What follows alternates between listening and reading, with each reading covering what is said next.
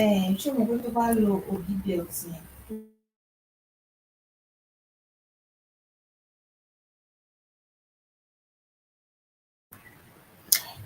Good afternoon, everyone. I believe you are joining us from somewhere, maybe in West Africa or outside the shores of Africa, maybe in Europe or wherever it may be.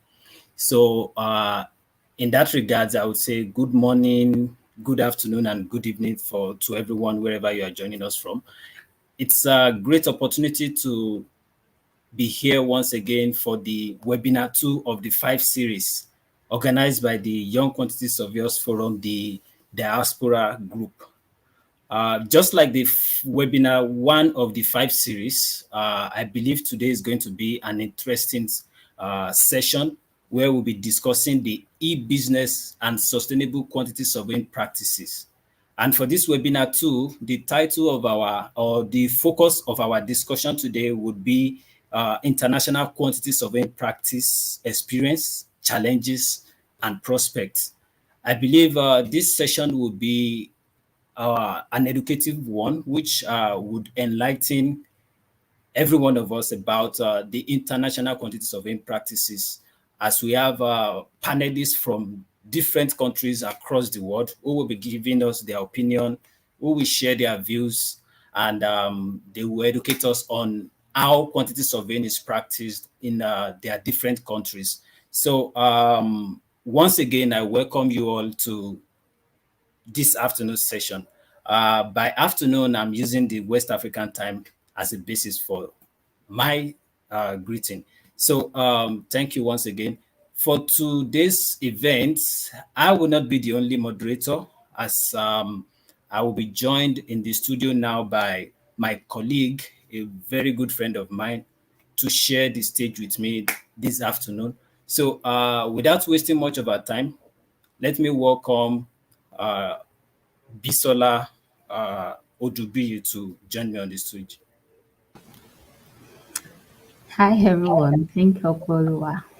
I'm Tower to Bisola B. For this program, I'd like to record Tower. Thank you. Thank you very much.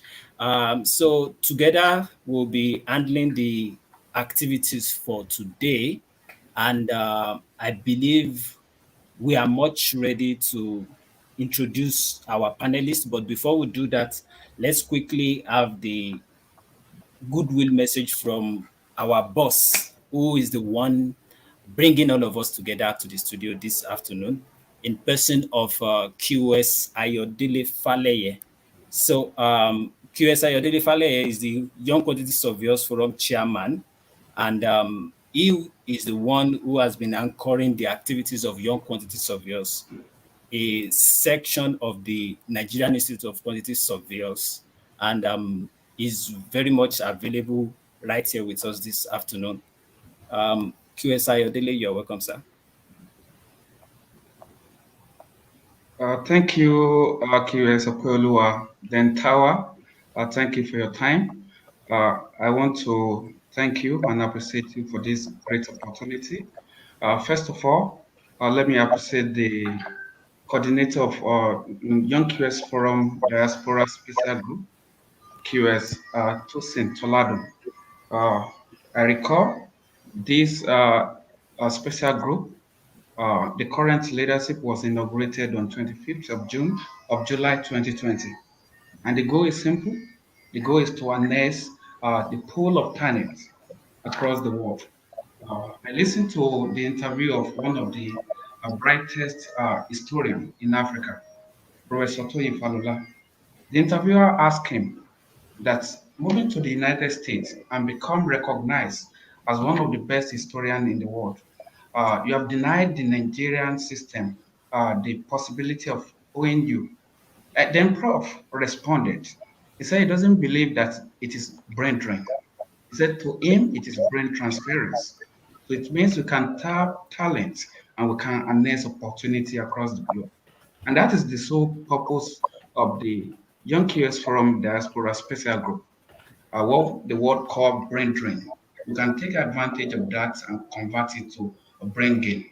And I want to commend the leadership of QS Tosin for the brilliant ideas, commitment, volunteering spirit towards leading this very excellent group. Uh, Again, the commitment of everyone is equally important, both at home and abroad. And that is why I want to commend everyone joining us across the globe. Possibly you are joining from Europe, Australia, Oceania, yeah, Africa, or North America, or South America. You're welcome. The discussion is going to be rich, I promise you, because we have young scholars, practitioners coming across the planet.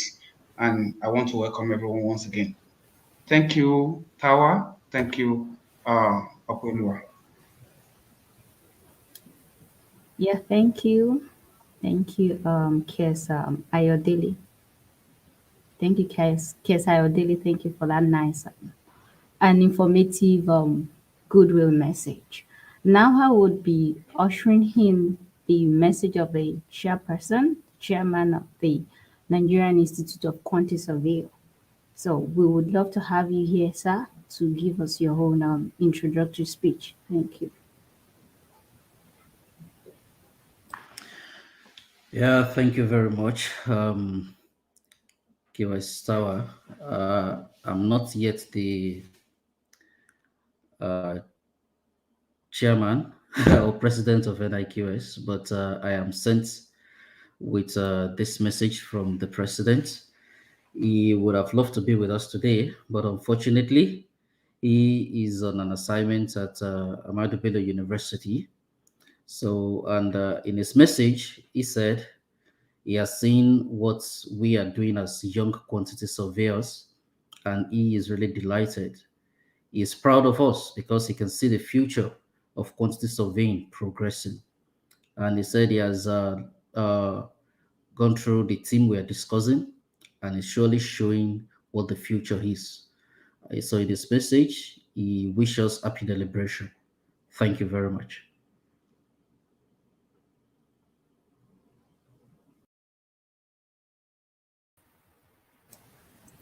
All right. Thank you very much, QS Tosin, for that goodwill message on behalf of the NIQS president. Without wasting much of our time, right now we'll just give a recap of what we did in the webinar one series for most of us who are not available. And what we intend to achieve with this is just to show a snippet of what we have been able to discuss so far on the e-business and sustainable quantity surveying practices. So I believe this will give us an insight to where we are coming from for this webinar two. And as we have indicated, this is webinar two of the 5 series, so we still have 3 more to go in this series, which we want you all to be on the lookout for. So now we'll take a quick recap of the webinar one before we move on to today's discussion. Thank you.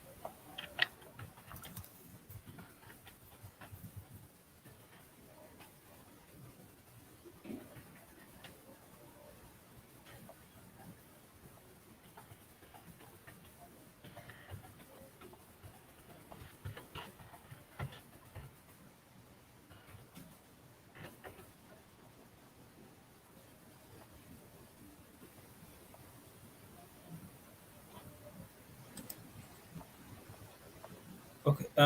Since we're having technical challenges with the audio of the recap, while we work on that, I think we would come back to that later. So I think we should go ahead to introduce our panelists for today without wasting our time. So I would hand over now to my colleague, Tawa Kalitu, to do the introduction of our very first panelist for today. Thank you, Opolua. So we've gone round and round, and we brought in the best brains so far that would be able to provide justice to the questions on ground, to the numerous questions that you will be asking and we will be asking on your behalf as well. So feel free to use the comment sections so that we can see your active participation. On my list is QS Hayofale from Nigeria. Please welcome him as I welcome him too.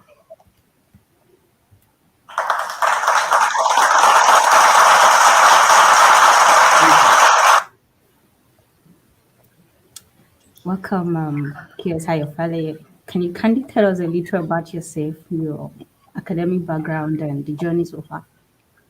Okay, yes, thank you, Tawa. My name is Kios Ayodele. By training, I started my academic training from uh, the Federal Polytechnic Ede, Osun State, Nigeria. From there, I proceeded to Obafemi Awolowo University, where I earned a Bachelor of Science degree in quantity surveying. I started my practice in Abuja, Nigeria. I've worked on the second tower for Bank of Industry, a 20-floor building.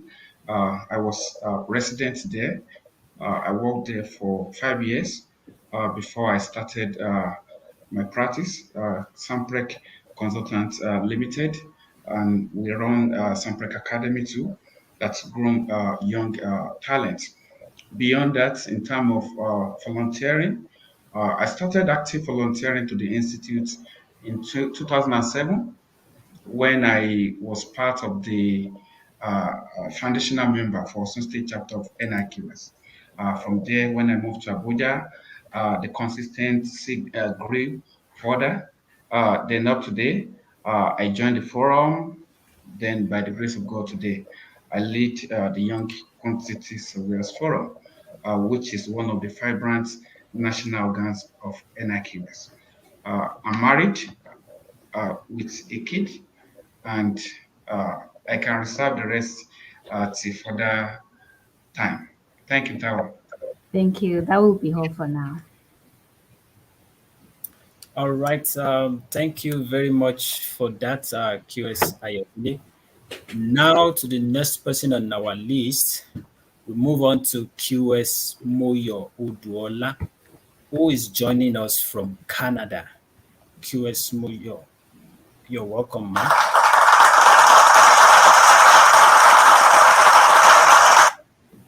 Good day, everyone. My name is Moyosore Ikmat Oduola. I have a bachelor's degree from Obafemi Awolowo University, bachelor's in quantity surveying, and a master's in construction project management from Edinburgh Napier University. I'm a corporate member of Nigerian Institute of Quantity Surveyors and also a professional quantity surveyor with the Canadian Institute of Quantity Surveyors. I am also a project management professional. I have over 8 years postgraduate experience in quantity surveying, both in construction and consulting practice. I started out with my NYSC at the quantity surveying department in Futa, after which I moved to Abuja and worked in a construction company for about 4.5 years before moving to Canada. In Canada, I started in consulting practice at Turner and Townsend, where I spent 2.5 years, and I am currently a cost manager at CBRE for one of their clients' accounts. I am honored to be here, and it's good to see you all and speak to you all. Thank you. Thank you. Thank you, Kies Moyosore Uduola. We are glad to have you. And please welcome with me another of our panelists, a very bright brain from where we can call the farthest part of Earth, Australia. Welcome, Kies Tosin Toladun.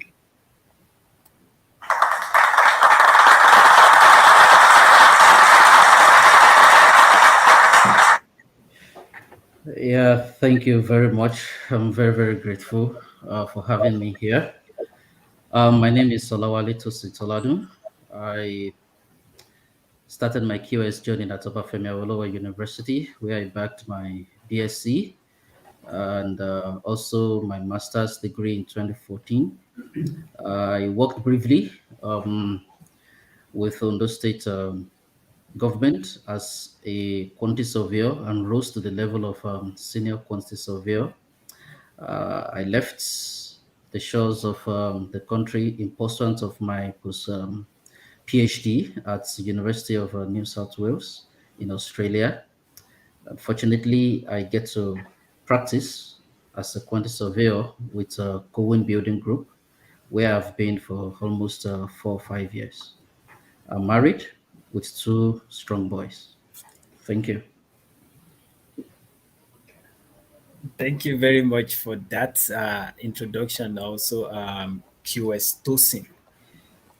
Moving on now, we welcome another panelist in person of Mrs. Abimbola, who is joining us all the way from Qatar.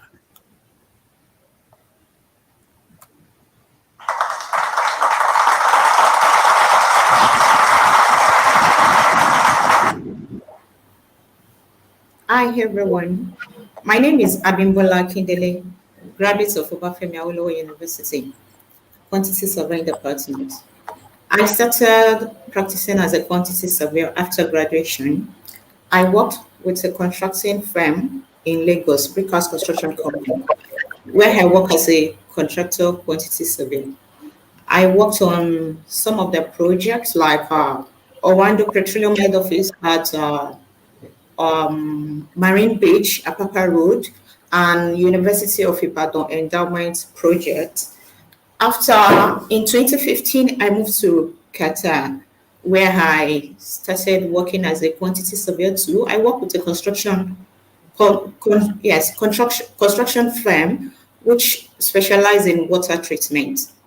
I was able to work on a lot of water treatment plants. I had a lot of experience in that.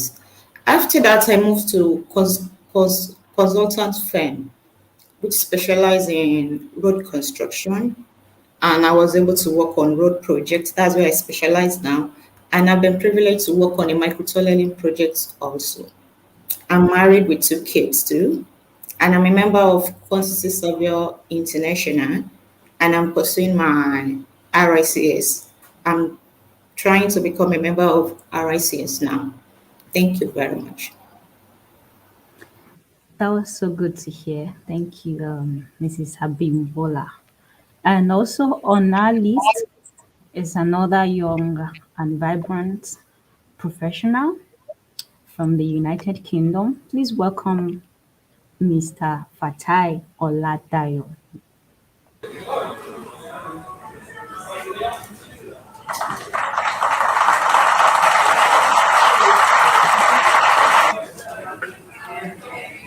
Good afternoon, everyone. My name is Fatai Holare. I did my bachelor's degree in Federal University of Technology, Akure. I finished in 2014, after which I worked with Fico Construction Limited for 1 year, and then after that I moved to Brickhouse Construction Company Limited for 2 years. In 2017, I decided to do this at a big stage, so I came to the United Kingdom for my master's degree. I finished my master's degree in Nottingham Trent University back in 2018, after which I was fortunate enough to get a job offer with Level 1 Construct Limited here in the UK. I've been with Level 1 Construct Limited for 3 years now. I am the quantity surveyor in charge of all the life projects in the company. I am RICS chartered and CIOB chartered. Yeah, that's it really. And I'm single, still searching. Thank you. All right. That's a caveat there for our viewers at home. So you can do whatever you have to do with that information. To introduce the last but not the least on our panelist for tonight, I would be bringing up on stage now Mrs. Fola Shade Omotola Ajala, all the way from United States of America.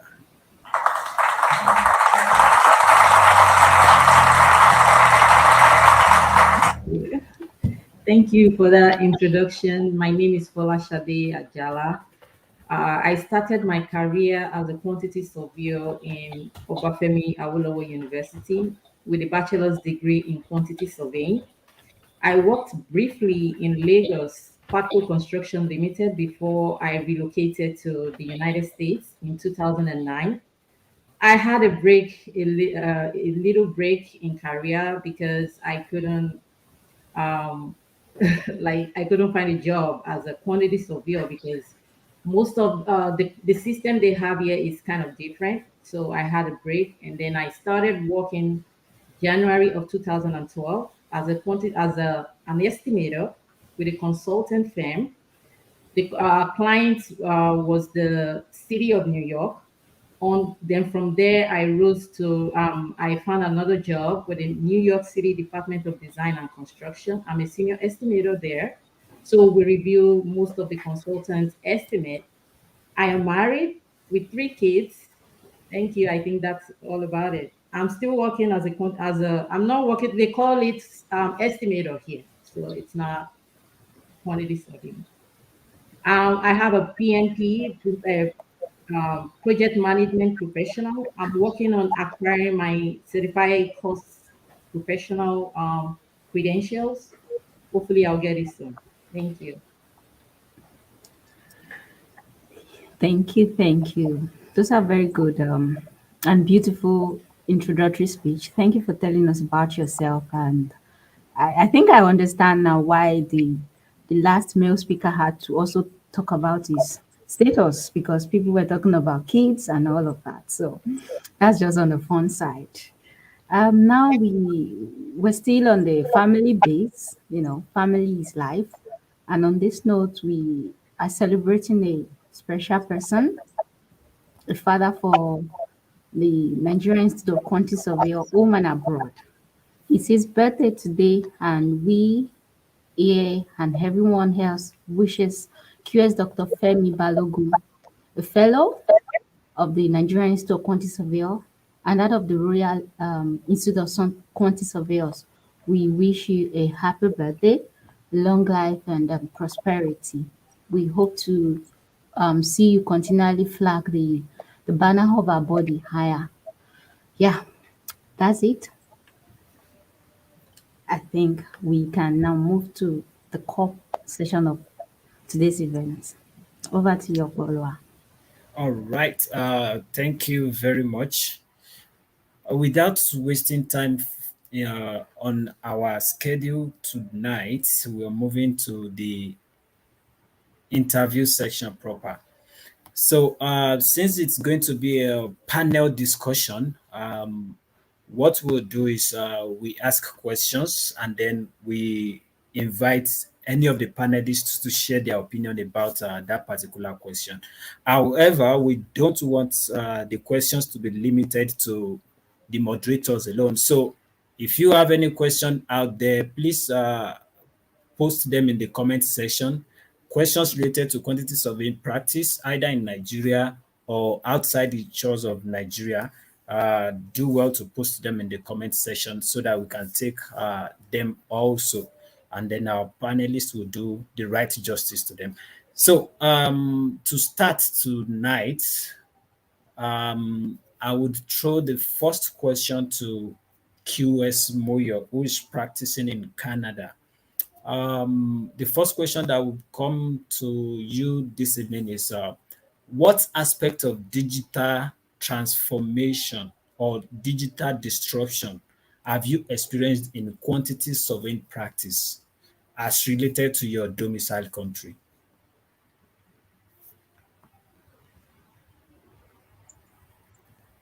QS Moyo, over to you. Hi, people. With regards to digital disruption, if I understand you correctly, you are trying to understand how digital disruption has affected coin surveying practice. In my opinion and in my experience practicing in Canada, digital platform has only improved the quantity surveying practice rather than disrupting it. Like the quantity surveying practice, it's so wide and detailed that e-platforms and digital platforms and is not a threat, and is not something that is going to affect coin surveying practice rather than improving it. And it is not a threat to QSEs losing their job or other professionals trying to do the job for us. Because as a quantity surveyor, you are the one with the primary responsibility of giving cost advice. No other professional has that primary responsibility, even if they try to do it as part of their job. So digital platforms has only improved quantities of in practice. All right. Thank you very much for that. So, from what you have said now, we believe digital transformation is what quantity surveyors are experiencing rather than digital destruction. Also, the digitalization of the construction industry generally is something that all professionals involved in the built environment has come to embrace. So, thank you very much for that insight.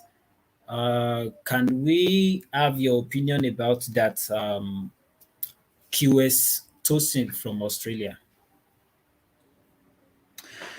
Yeah, thank you very much. I'm just going to support what Moyo said. It's a disruption, but it's improving the quantity surveying practice. Take for example in Australia here, most of the time I work with a contractor-based organizations, and I'm their estimator, and I work at the forefront of tendering. So most of the tender that comes in, they come in as an e-copy. So you have the e-copy, and even when we're doing measurement, we do, I will call it e-measurement. So like Moyo said, the basic foundation of quantity surveying is the knowledge.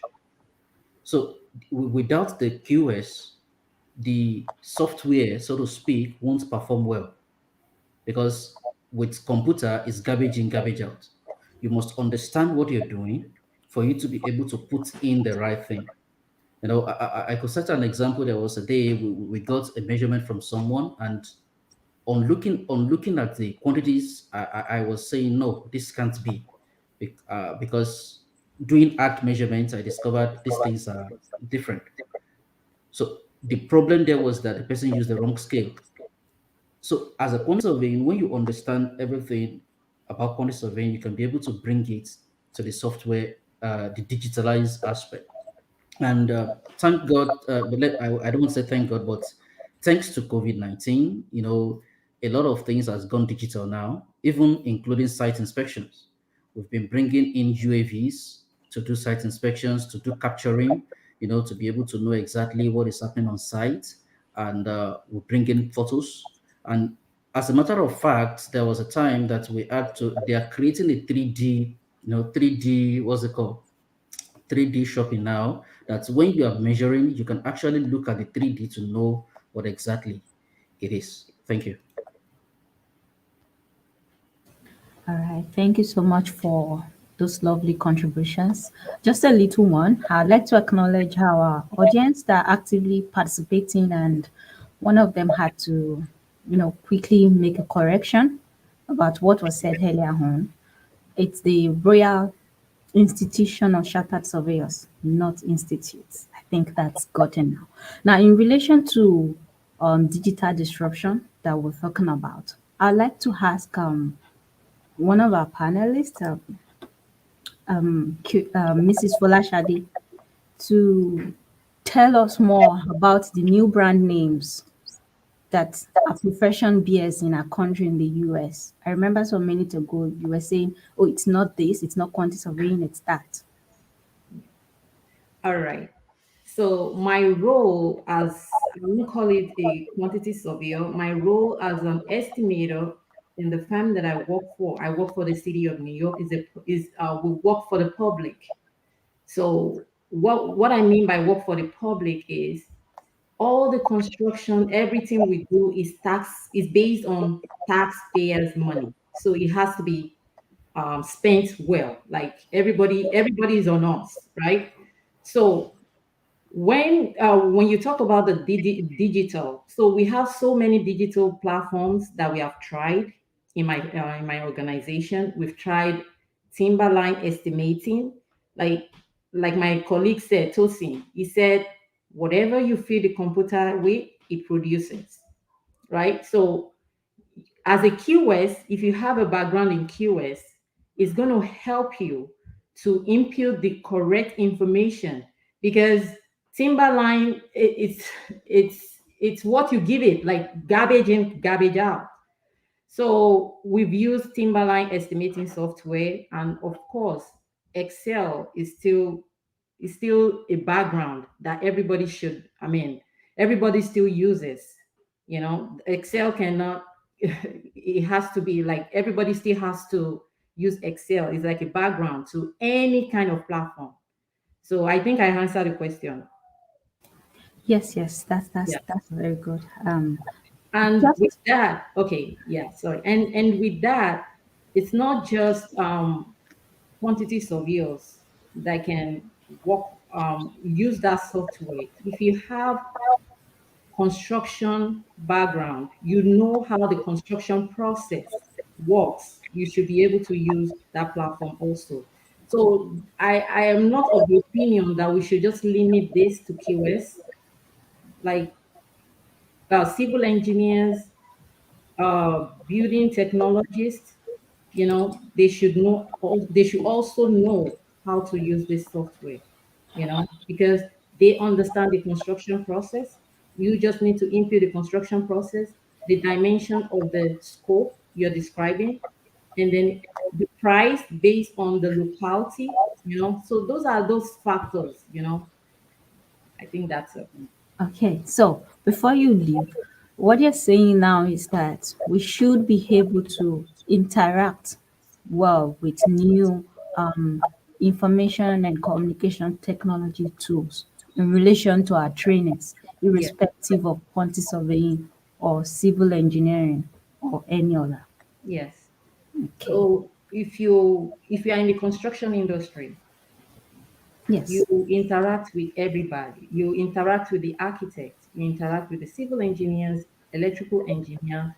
So understanding the scope of work is very important. If any field that you find yourself, maybe electrical, HVAC, we have HVAC here. I can remember mechanical in Nigeria, you know, because when I got here, I was trying to um, relate my background to what I have here. You know, so many things are so different, but the background that I have in Nigeria is still a basis to be able to fit in.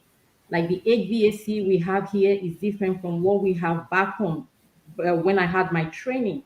Like the kind of construction that we have here is totally different from what I have back home.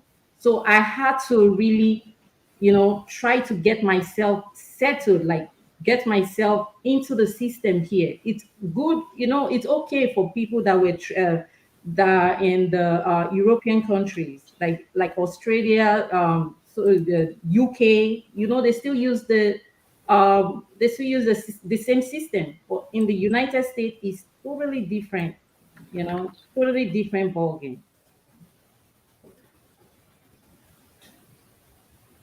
Thank you very much. Okwalu, over to you.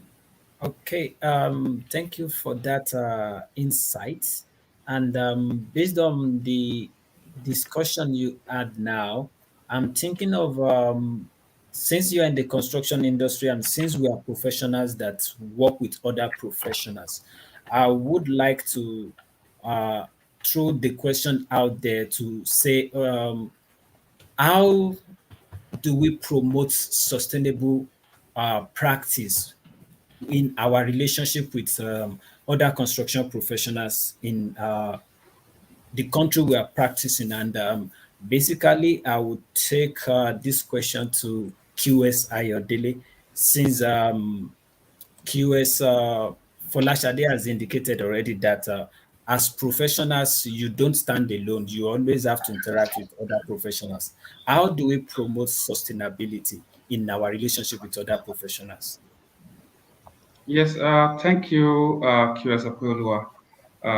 The truth of the matter is this. Uh, we cannot do it alone. And in order to deliver value to our clients, I mean industry clients now, collaboration is very key. I remember vividly during our last webinar, uh, our guest speaker that they spoke extensively about disruption of through technological tools. And let me give you an example.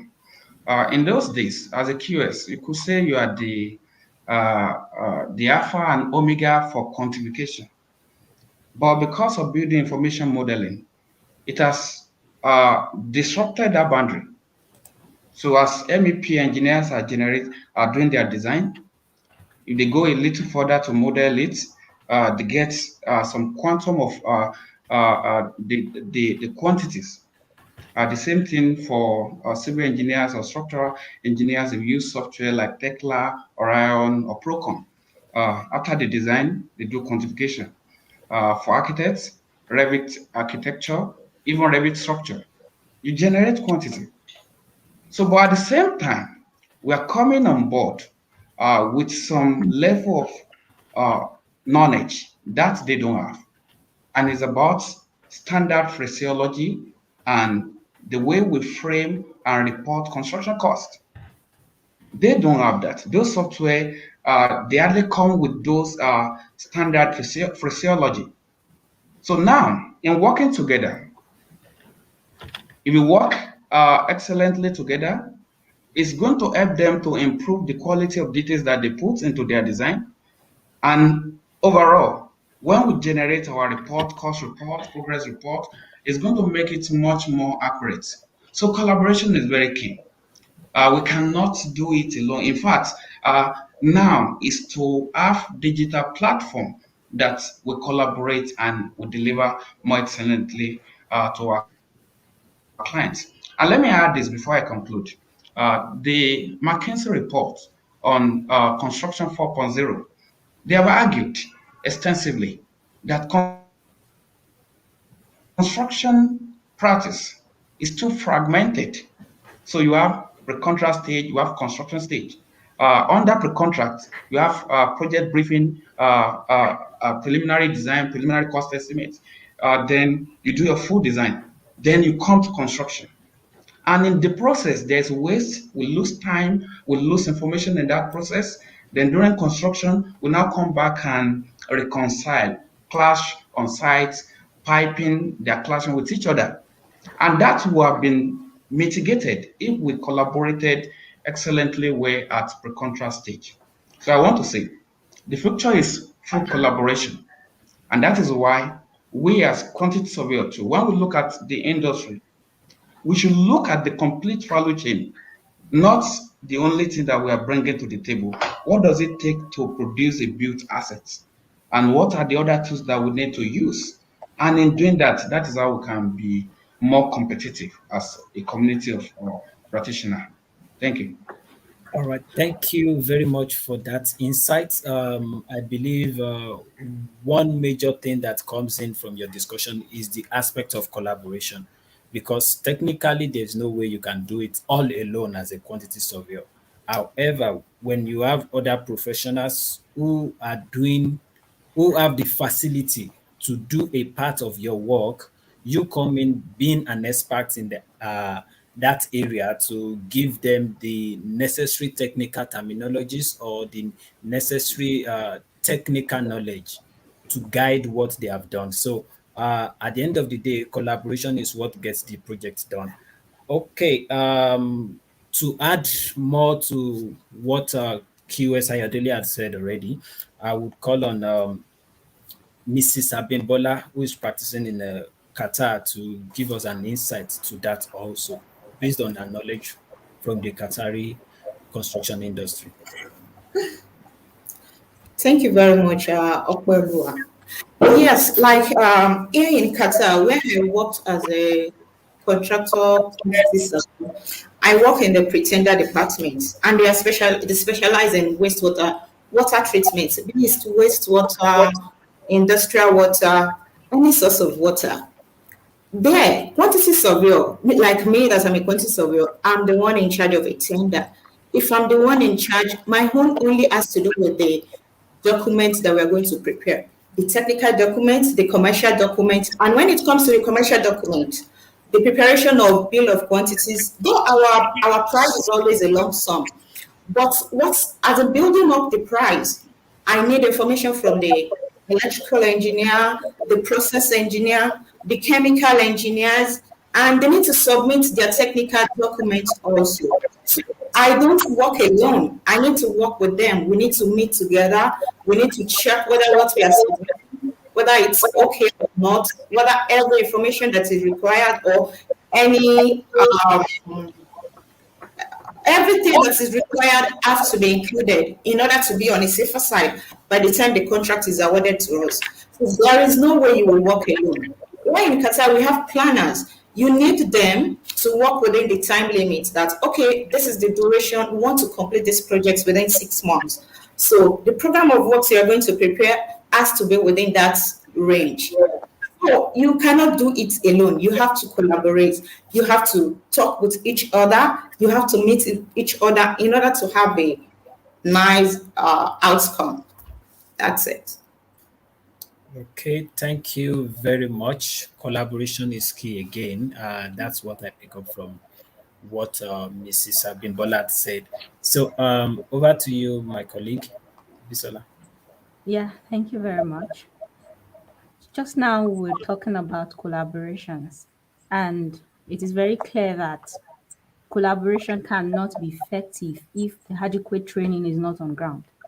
So let me ask you, Mr. Fatai, what would be needed to have a proper training to be able to practice in the UK that you are in? For a Nigerian wanting to practice in the UK. Right, thank you, Tawa. Basically, to practice in the UK, I think there are two main options that you have. If you're the type that is quite experienced and probably have like RICS chartership, um, it's not impossible to get a job directly when you're still in Nigeria. You know, like just apply through LinkedIn or various job platforms here in the UK directly. It's not impossible. So that's probably the way forward for people that are experienced, or for young professionals that are just getting into the industry and they actually wants to practice in the UK. I think it's probably best to come down and do a master's degree. Doing the master's degree will not only equip you with what you need to practice as a point surveyor, but helps you to integrate with the working culture in the UK, because um, anywhere in the world, point surveying is all about addition, multiplication, subtraction, and division. It's nothing more than that. But equally, you have to know the various construction practices that are solemnly relevant to the company, to the country you're in. For example, now we're talking about sustainability, and in the UK here, there are various sustainability measures that are in place, like BRIAM, SKA, LEED. If you're in Nigeria and you've never been to the UK before, you won't be aware of what these sustainable practices. So I would say for young people who are less experienced, it's probably best to come to the UK and do a master's degree. After your master's degree, try and apply for various tier two jobs. By tier two, I mean the skilled work visas, and after that, you can switch from your student visa to the skilled worker visa. That's how it works, really. But like I said, if you're the type that's very much experienced and you don't really want to go through the hassle of doing a master's degree again, if you're experienced enough, you have your RICS, just jump on LinkedIn and start applying for jobs. Really, it might be very difficult, but it's not impossible. I personally know of someone who actually got a job offer in quantity surveying all the way from Nigeria without actually stepping to the UK before. So yeah, that's it really. But I think the easiest way is probably to just apply for master's degree, come to the UK, finish your master's degree within 1 year. Within that 1 year, you're already accustomed to how point surveying operating to the UK. Sorry, in the UK, you know how things are done there. You know the working culture. Because as opposed to Nigeria, whereby there's that autocracy at place of work. Here, it's more of a cooperative way of working relationship. In Nigeria, you see your boss has been there, you see yourself has been here. Whereas in the UK, people work cordially. You relate to your senior colleagues like you're actually um, peer mates. So that's the way forward. Thank you. Okay, yeah. So while you're still answering that question, I would want you to link your academic training so far from Yeah, while you've been studying in Nigeria and then studying yeah. overseas and what you do right now in practice. Have there been any alignment so far? Just so our audience at home who are studying in Nigeria or somewhere else would know how to align the skills they are gaining at the moment. 100% yes. Everything we do back in Nigeria, I mean, I would proudly say in Futa, just to be precise, is very much um is very much aligned with what we actually do in practice here in the UK. Say from procurement practices to measurement procedures, things like that. They are very, very much relevant. However, it's still equally important to get accustomed to how things are done in the UK and various construction standards there in the UK. That's really so. Basically, I would say Nigerian education is still very much valuable. I said to people, just like I said before anywhere in the world, quantity surveying is still addition, multiplication, subtraction, and division. It's as straightforward as that. So regardless of where you find yourself, as long as you have that basic understanding of the quantity surveying practices, you will definitely excel. So yes, but equally in, the, in trying to ensure that one blends in really well with how things are done in the UK, it's still important to have that. It's advisable to have that small taste of education in the UK as well. That will help a lot. Thank you. All right, thank you. I'd just like Kes Tosin to come on board now to let us know if he shares similar perspective to training and practice, just as we've heard from the United Kingdom's view. Thank you. Yeah, thank you very much, Tawa. And that was a very brilliant. That was a very brilliant answer from Fatai. Yes, the basis, or let me say, the basics are very simple. What we were introduced to, what I was introduced to in the OAU, are still very pretty relevant in what I do today. As a matter of fact, when I go to Australia, and I was trying to, search for work, trying to seek for opportunity while studying. I came across a lot of recruiters, and they were like, "So, what have you done that is based in Australia?" And the pretty answer I give to them that actually landed me a job was the fact that construction industry is typical anywhere in the world. Whatsoever training you receive or whatsoever you do in any country you are based in is simply the same thing you will be able to repeat anywhere in the world. That's the fact that I've not done anything in Australia doesn't mean I can fit into the system. Although there are quite changes, that there are quite differences in terms of practice, in terms of role, or in terms of some other things that are going on around. But basically, what I received as a training, both at the bachelor's level, undergraduate level, and the postgraduate level, they are very, very relevant. And in fact, a lot of what I learned, I bring into practice in discussion with my bosses. And like Fatai said, my boss can just call me and Wale, what's going on? How do you manage to know this? And I told them I've done it before. This is how we do it. This is what we were trained to do. And one thing I want to bring outside there is that, like Shade said, Shade and some others said the other time that we need collaboration. But one thing is this: as the training you receive as a quantity surveyor is far more enriching and different in terms of cost analysis and in terms of handling costs than any other professional in the construction industry. So your advice when it comes to costing is relevant. When they are trying to do a design and you bring to them what you're trying to do, what's the value?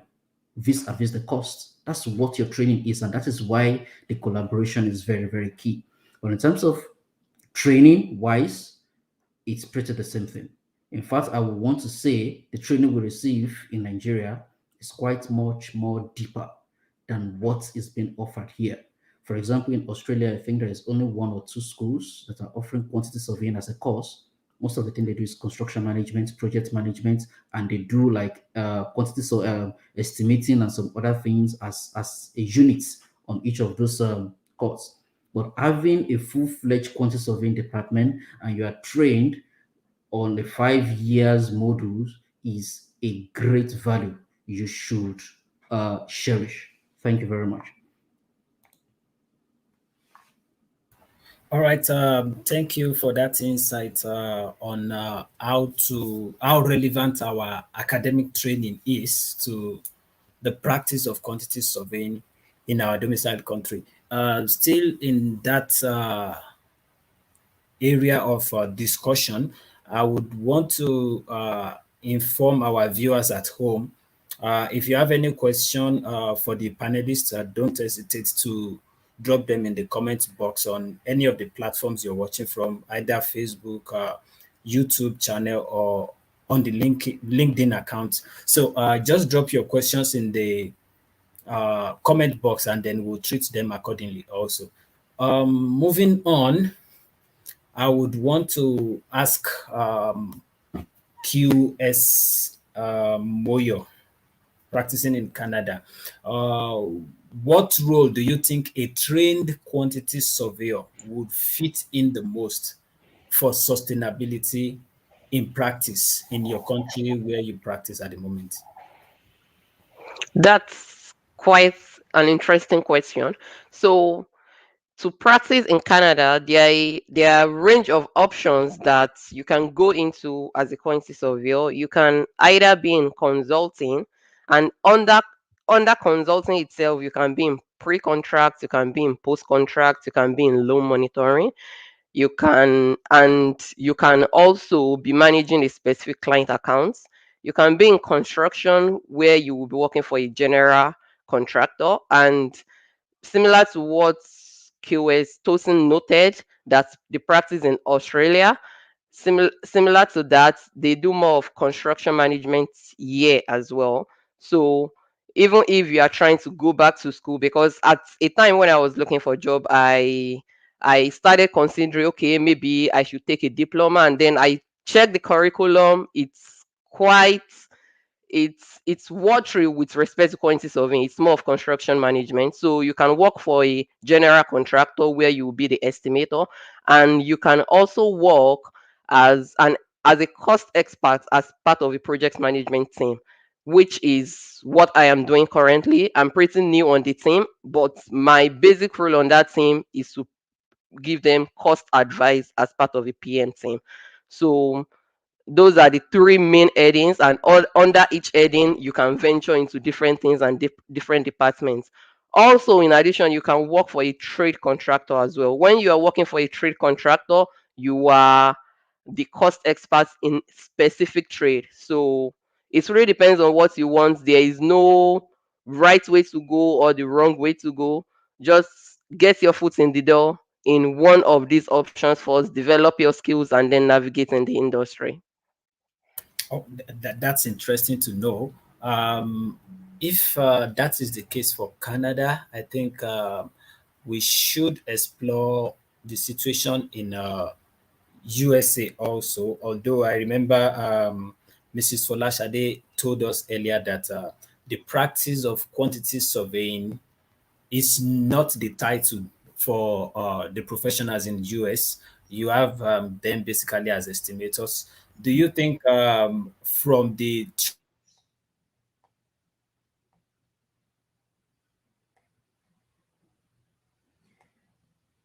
Okay.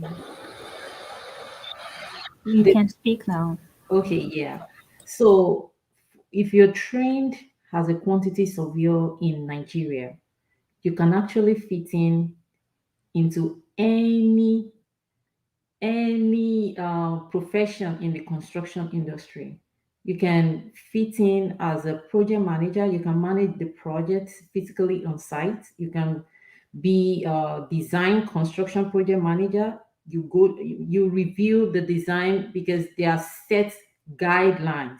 Even if you're not a professional engineer or a professional civil engineer or an architect, there are still some guidelines that you still have to follow in all this design management scheme. So it's not just cost estimating. I mean, quantity surveying is not limited to cost. You can fit in into any area. You can even come to the US and go for a master's degree in architecture, master's degree in civil engineering, and just master in any mechanical, electrical. So don't restrict yourself to just cost estimating, because I see that most of the people that are talking here, I know QS Tolado is passionate about cost. Yeah, that is good. If that is your line, if you want to be, it's just going to be an added advantage for you. Like, for example, you come here, you go for a master's degree in civil engineering. So you are a civil engineer and you still have a background in cost estimating, quantity surveying. That's going to actually take you a long way. So you can come here, you can even be in the finance industry. So it's not just construction.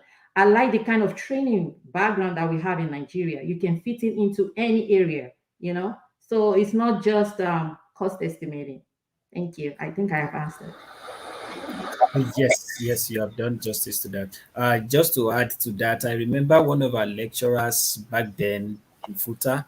He mentioned that the quantity surveyor is a jack of all trade for the construction industry, because practically you have a background knowledge of what other professionals in the built environment know or what they do, and you are able to provide those services also, even though you are not certified in those areas, but your basic knowledge, your basic training gives you an insight into those practices, and then you are able to fit in if you channel your training to that aspect. Thank you for that. I would hand over now to my colleague, Tawa Kaletu, to take over. Thank you, Apollo, and thank you for all of what we've heard so far. Now, there's a question from one of our audience that's asking how easy it is to get a job without an international certifications like the RICS and the like. So while we treat that question, we just want to ask QS Faleye, QS Faleye, to tell us what he feels about our certifications in Nigeria so far. How strong are they? Yes, thank you, Tawa. Thank you, Apolua. I think so far so good. In terms of market recognition of certificates or certification, there are two parts to it. The market perception of the capability of the credential holder. Then the other part is about the qualitative framework in grooming credential holders. So two parts. What is the quality of rigor that we actually go through before becoming MNIQS? Then the other part is the market perception. How does the market look at our credential? How do they perceive it? And presently, I want to say that there's an improvement. If you recall, NIQS just completed rebranding projects. And the rebranding project was a comprehensive overhaul of our system, quality management framework, development of corporate governance system for NIQS, increasing brand collateral for the institute, among other things. Then the quality of training has improved too. It is mandated now or mandatory for candidates preparing for the graduation exams to undertake mandatory refresher course, and that has increased pass rates within the body. Beyond that, the institute has leveraged on the QS Academy to develop specialized training modules that will equip members to the market. So that is on the side of the institute. Then presently now, there's an ongoing review of the examination syllabus, then ongoing review regarding the training and membership policy, and that consider role delineation study, then job description analysis. So that will help us to actually know that what does the industry need from us. So that is what the institute has done to some degree. Then the other part is on the part of the market. In terms of market penetration within the country now, I think we are doing a bit better. I see a lot of job adverts requiring membership of NIQS as one of the core requirements for a QS, which is a good one, both from construction sector, in insurance sector, then financial institution. So that is an improvement. Beyond that, of late, because of the reciprocity agreement that we signed with CIQS and the MOU we signed with CEG in Qatar, that has brought some level of international benchmarking of our credential with the potential employers. Part of my role as the chairman of the forum is I regularly interface with employers, and some employers interface with the forum, requesting for qualified young QS to fill some roles. So my experience of late is the recognition is a bit better, but there's a part that I still believe that we can do more. And that is the part of how multinational organizations and development finance institutions recognizes our credential. And I will be specific. World Bank Group, African Development Bank, Israel Development Bank. How do they look at us when they are considering as infrastructure and built asset investment in Africa? Organizations like UN Habitats, UN Ops, or UNDP, do they look at us? Do they still see us as recognized built asset cost managers? I think we still have a long way to do in that regard. But for our government sector, our public sector, government in specific now, we are doing better, but I still want to say that there's a room for us to improve. Okay, thank you so much. That was really good to hear that in Nigeria, our certification is sustainable enough to be able to give us global relevance. And in relation to that question, I'd like to call Kies Moyo to provide insight, firstly on how to secure yourself a good job without RSCS certification or others, and also how easy it is for an upcoming young quantity surveyor like us to fit in into a system. Okay, so the first step about job search and looking for a job, one thing you have to take note of is flexibility. Like US Folashade has noted, you need to be flexible and not cage yourself and say, okay, it has to be estimating or nothing. There are so many job titles out there that when you read through the job description, they are functions of a QS, but it is not, the heading is not listed as estimator. It can be listed as cost consultant. It can be listed as cost management. It can be even be listed as project planner. And when you read through the details, some project planners are schedulers, some project planners, they are quantity surveyors. So flexibility is one thing. And without certification, for Canada, I'm speaking with respect to Canada. For Canada, Canada is so big on experience. Your work experience continues to develop yourself in terms of work experience. It is not to say you should abandon your certification, no. But when you get to interview, or when you are preparing your resume and your experience can speak for itself, at interview stage, you basically just need to show interest in getting RICS. When your experience has spoken for itself, okay, I have my RICS in view, but you've already talked so much on the experience that you do have. And the great thing again with Canada is there is reciprocity agreement between MNIQS and CIQS. So with your MNIQS, in a short time, you are able to convert your certificate. So all this put together, you are able to convince employers on what you can do, speak of your experience. So in simple terms, it is very possible to get job without certification. It is not to say the job will fall on your laps, but when you do look, there are various aspects you can go into and get something going in QS practice and in construction practice. Thank you very much. Mrs. Abimbola, what do you have to say for Qatar?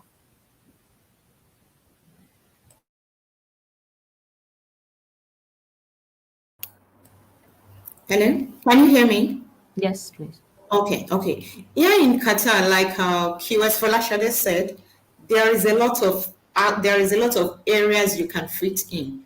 Here you can work as a planner, you can work in a consulting firm, contracting firm, you can specialize and be as estimator, as they said, and you can be a contract manager, you can be the one handling all as in the one in charge of the commercial departments of a company. You can work as a contracting manager also, whereby you will be the one in charge of all the contract the company is getting, the estimating, everything, how they are going to how they are going to procure contracts. So there is a lot of areas you can work in, and certification, that is not that important.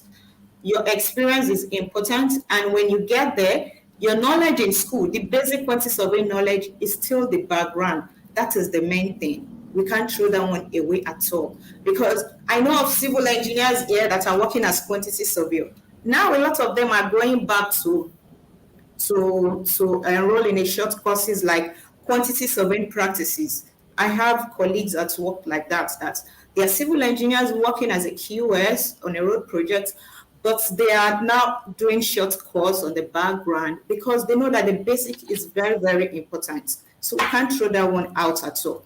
So your quantity surveying background, which is the basis, is very, very important, and it's enough. When you're moving into the country, all the necessary certification, then you can now start to do that. But it's very easy. Like Moyo said, the moment you check the job description, it's always quantity surveying job. It's something you can fit in. Thank you. Okay. I'll just like to quickly run to the United Kingdom and ask Mr. Fatai. Just give us a brief perspective too. Just like anywhere in the world, in the UK, as a quantity surveyor, you are either working for, so you're either in the contracting side of things or the consultancy side of things. As far as the consultancy side of things is concerned, I would say it's very, very important to have our RICS qualification. Simply because even here in the UK, for you to have that career progression, working for a consultancy firm, RICS is really, really key. So if someone is applying for a job from Nigeria and you don't have RICS and you're applying for a consultancy QS role, I would say it will be extremely difficult, really, really difficult. So because there's the MRICS designation is cherished a lot by consultancy firms here in the UK. However, for the contracting side of things, by contracting I mean that you're working as a contractor surveyor, estimator, commercial manager, contract manager, you don't really need MRICS that much.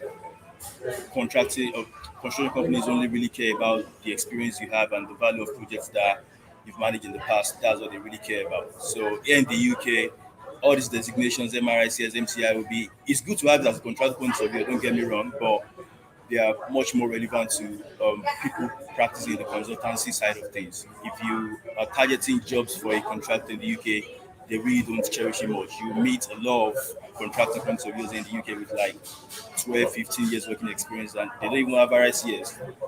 And basically, that's how it works there. So, yeah, it all depends on where you're trying to fit in the UK. If you're looking towards the consultant side of things, yes, RICS is really, really key.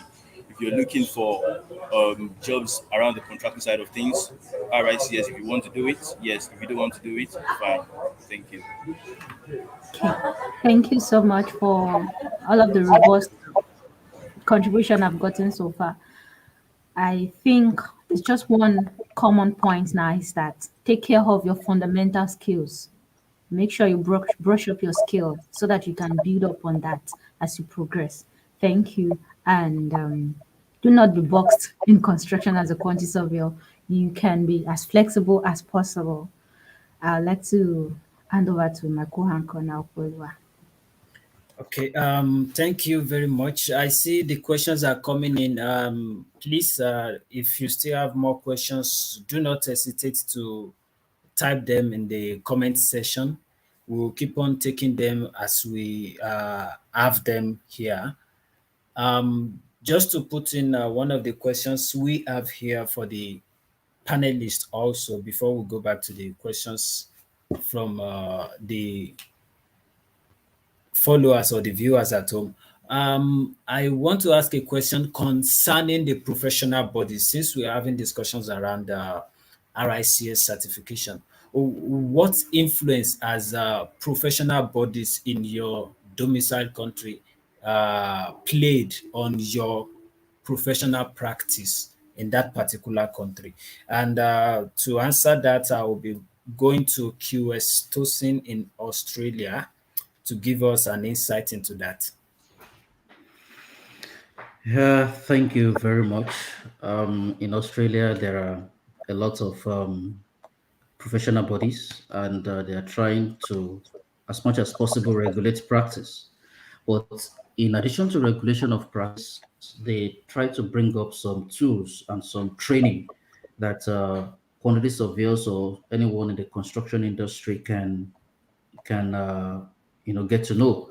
For example, AIQS has trained on BIM. They have trained on even the recent carbon emission control. There are lots of even the architectural bodies. They've brought up a lot of training in that regards as well. Same thing to the engineering Australia. They have brought up trainings on to enhance the practice of their members. Very key about professional bodies is that it's not that important that you need to get a certification, but it is good to enhance your pedigree. For example, when I got into Cowen Building Group, I was MNIQS, and they know that.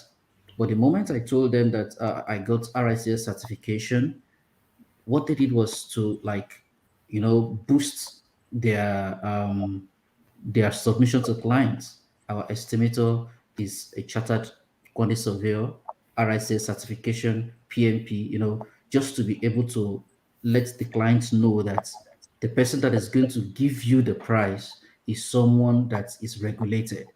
So it's good to be a freelancer, but at the same time, if you are a freelancer, you should try as much as possible to support yourself with some backups, and these backups are the professional bodies who regulate practices.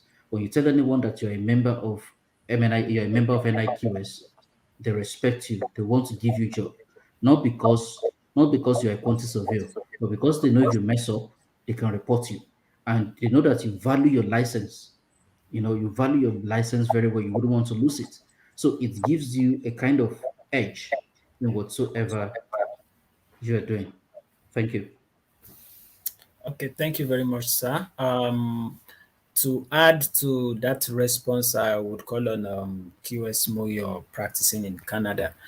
Uh, how is it in the Canadian system, the role of the professional bodies in your quantity surveying practice or your professional practice, so to speak, not just the quantity surveying practice now?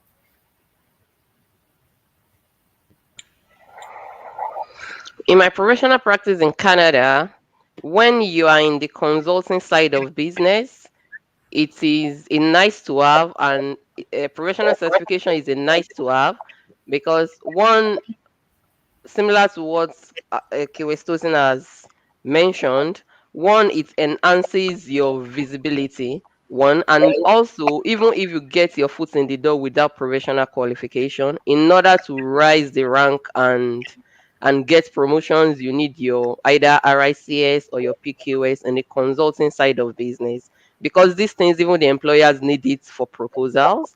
They need to tell their clients, okay, we have 10 registered quantities of yours working with us and stuff like that. But when you are in trades, the trades people don't really care what certification you have. They just want you to be able to deliver good estimates for them, good budgets, something that won't land them in trouble. And for the general contractors as well, I've seen a number of people working with JCs and they don't have these credentials and they are doing well and they are rising the ranks. But it's nice to have your credentials because you never know what other organization you are crossing to in the near future.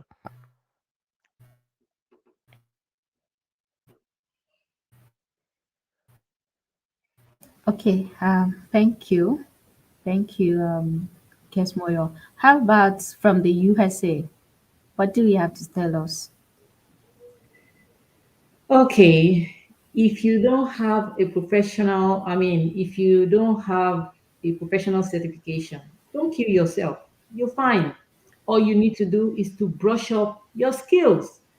I have a personal experience. When I got here to the United States, all my interviewers, I attended so many interviews. And at all these interviews, I had to be educating my interviewers about QS profession. So tell me, if I had not known what QS profession entails, then what will I do? I won't get any job. So it's about yourself, like brush up your skills, know what you want, understand what you want to do. If you understand what you want to do, you go out there, talk for yourself, like market yourself. So if you don't have I'm not saying that you shouldn't get it, but if you don't have it, that doesn't mean you won't find a job. You will find a job. What you need to do before you go for if you want to go to any line, maybe for example, you currently working as a cost professional or cost consultant, and you want to move to another area, research more on that area that you want to go into, know more about it. When you go for the interview, I know the professional certification is going to speak for you, but they want to know about what you know. They want to know what you have, what you can offer to the organization. I think that is the basic thing. So the professional body, the certification will speak for you, but they want to hear you. They want to know what you have to offer. That's my take. Thank you. Okay, thank you so much. I'd like to bring KSI or Fale on board now. And I'm asking you, sir, we've heard from a lot of our panelists now how important it is to have the right footing, the basics. So, what's the QS Academy doing? You mentioned a little. I would just like you to expatiate on that, such that we are able to have the best foundation and be available for global relevance. I think you are muted. Okay. Yes, thank you for that question. Even though I'm not the spokesperson for QS Academy, but I think by the position that I take as the chairman of the forum, I interface with the academy, and the DG is a leader that we all admire. Having said that, the academy was actually created to attend to the knowledge development for members and non-members. So the QS Academy is one of the organs or the institutions formed by the Nigerian Institute of Quantity Surveyors to develop training modules for members who want to specialize in certain areas. And I will give you an example. The academy has conducted special training on arbitration, and the training was very intensive in such a way that after completing that module, UN certified, charter certified construction arbitration badge. Beyond that, the academy has conducted training on private partnership, project finance. So, which is one of the emerging areas that members can explore. I've listened to QS Folasade extensively, and she said it, and which I agree with her. You don't need to box yourself within the construction space, but your training has actually give you a footprint in order to explore other sectors. So the QS Academy uh, organized many of these trainings. Of late, they recently conducted training on energy and lead and certification, leadership in energy efficiency design, and some other related one. So this is what the QS Academy does, and many other things. So, but the sole aim is to address uh, those core areas that could not be thoroughly attended to through 5 days workshop, 2 days workshops, either organized by the chapter or by the national body. So Okay. members home and abroad are expected to take advantage of this training, and I can boldly tell all the participants today that the website for the academy is going to be live anytime soon. So wherever you are across the globe, you can actually take some training modules, self-paced training sections, and you get tested and timeless training from the QS Academy. Thank you. Okay. Thank you so much. Now, still back to Nigeria, one of our audience is asking why, even though our quantity surveyors are highly skilled, why is it that it's noticeable that they have low involvement in civil engineering projects? I will respond to this to the best of my ability.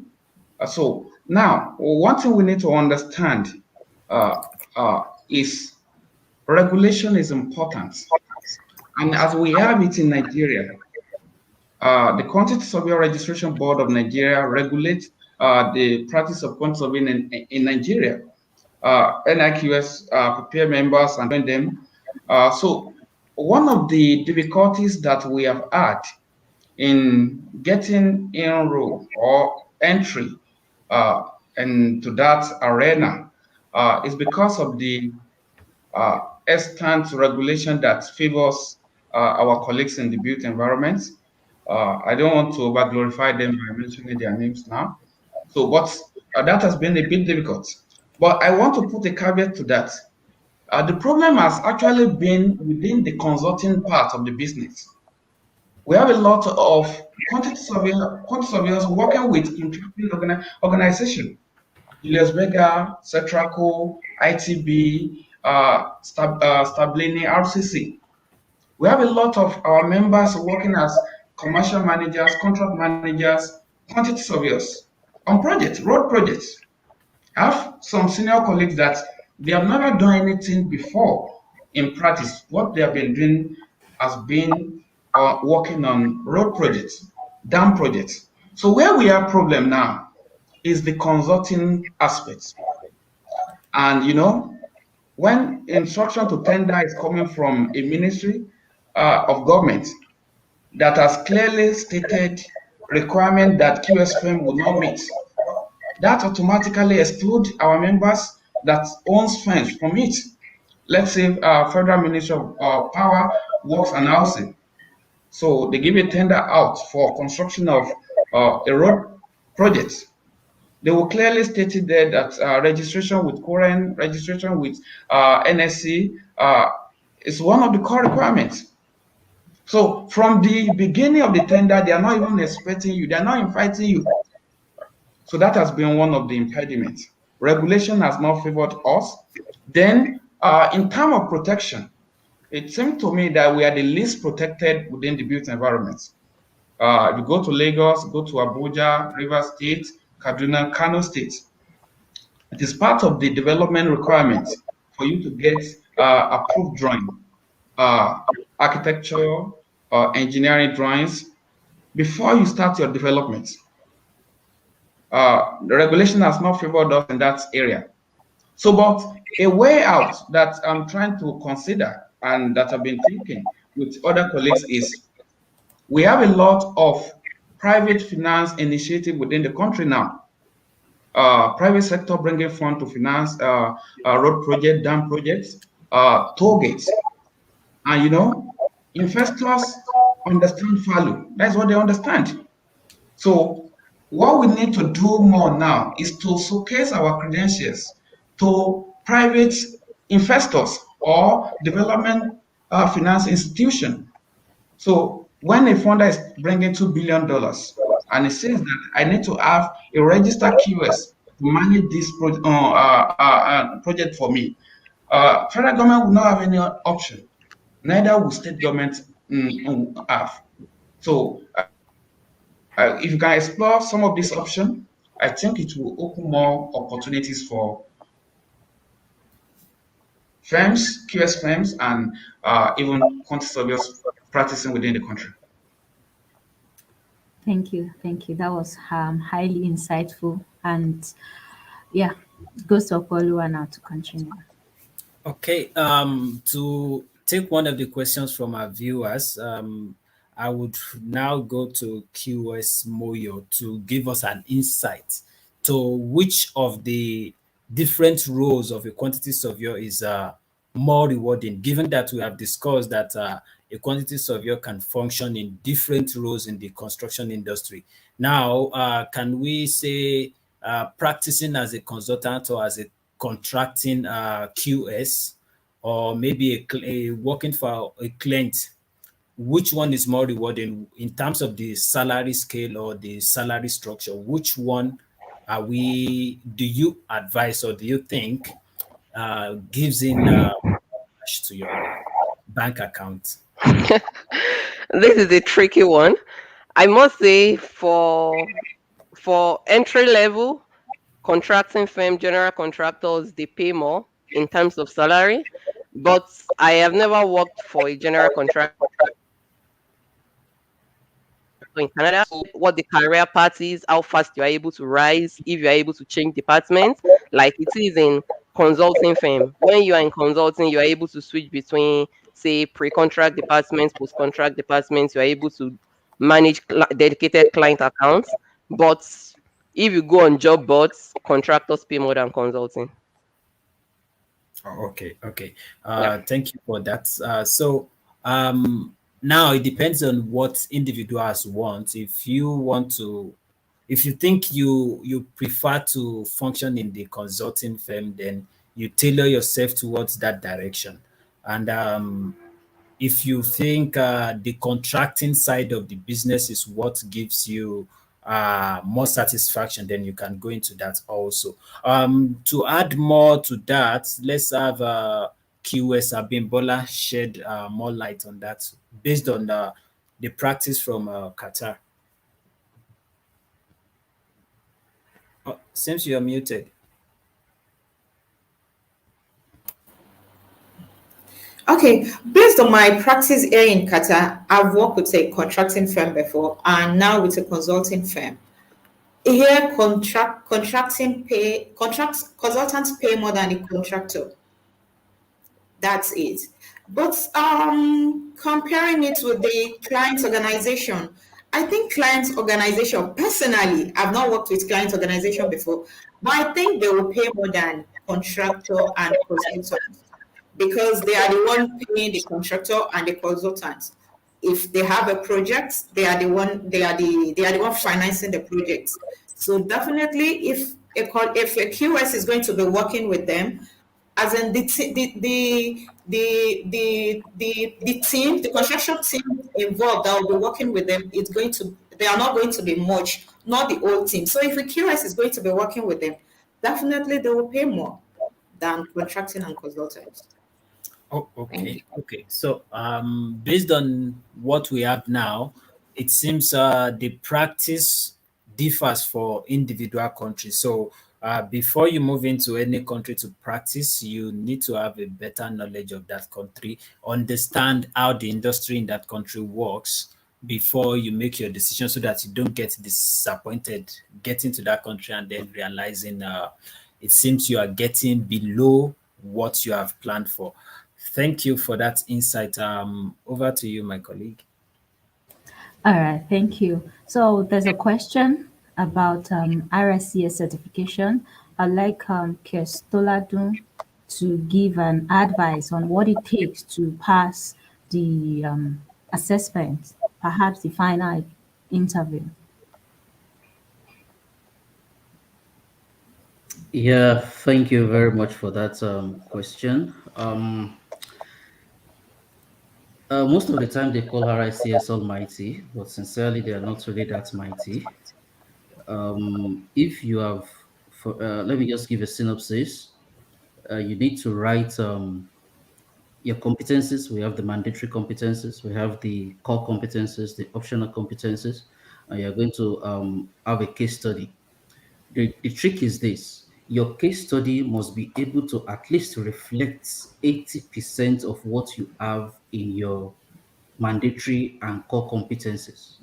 It must reflect in your case study. And the case study is this: you're just picking the projects you have been on, and you bring out two, three, or four issues that came up on that project and what you are able to advise or do to bring about solution. What options are available and why did you go for the option you went for? That's what they want you to describe in your case study. So in description of that, you must be able to reflect on your practice, on your competencies from the core competence, the mandatory competence. And in your interview, you're going to have like 10 minutes presentation on your case study. So the aspect of your case study you want them to hear, that is what you're going to talk about, because already they have your documents. So that the area you want them to hear about, that's what you're going to talk about, and they are going to question you on that case study vis-a-vis your submitted competencies. And once you are listening to the question, there are three categories of question. You must know what the category which that question falls into.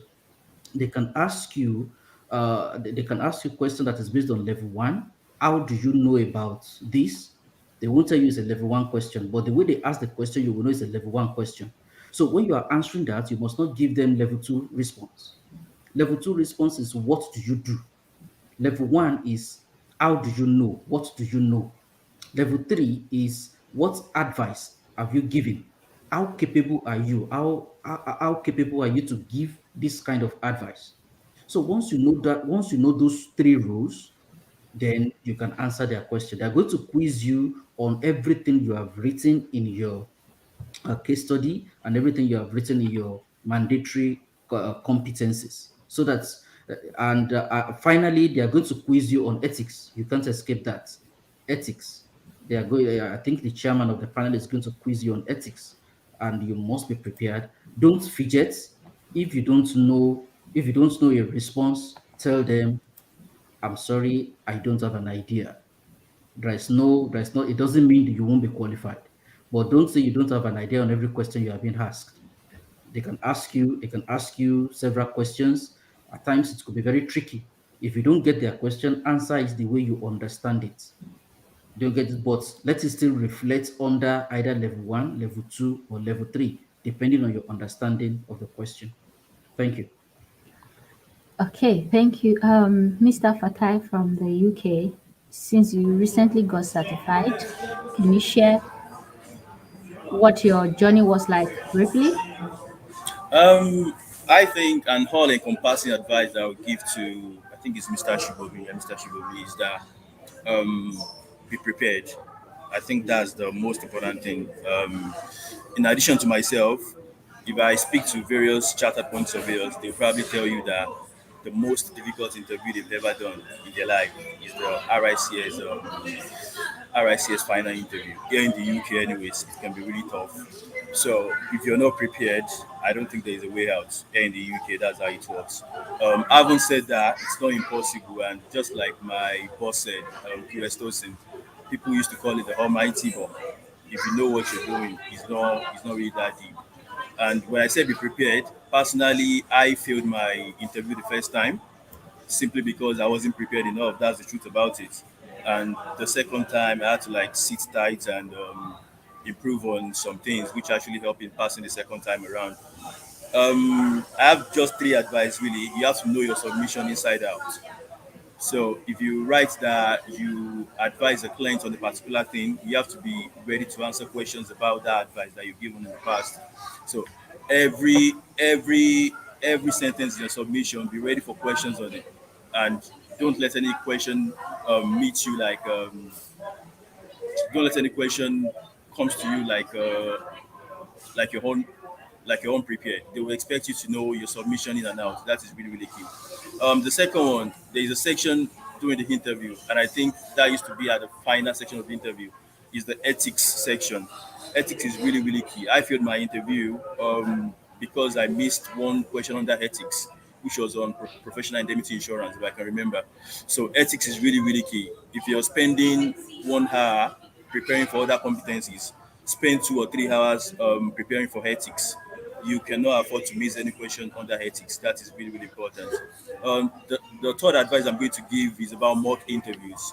If you can find chartered surveyors, I mean, personally, I'm more than willing to actually help with that as well. I'm sure my boss, QSM, will be happy to help with that. The more the mock interviews that you have, the more prepared that you are, really. So mock interviews really help to have that feeling of what you're going to come across on the real day. So that's it, really. And yeah, all the best. Thank you. Thank you so much. I think that's quite encouraging for as many person who is going on that journey or who intends to in the nearest future. Yeah, so Opalua, Okay. I think.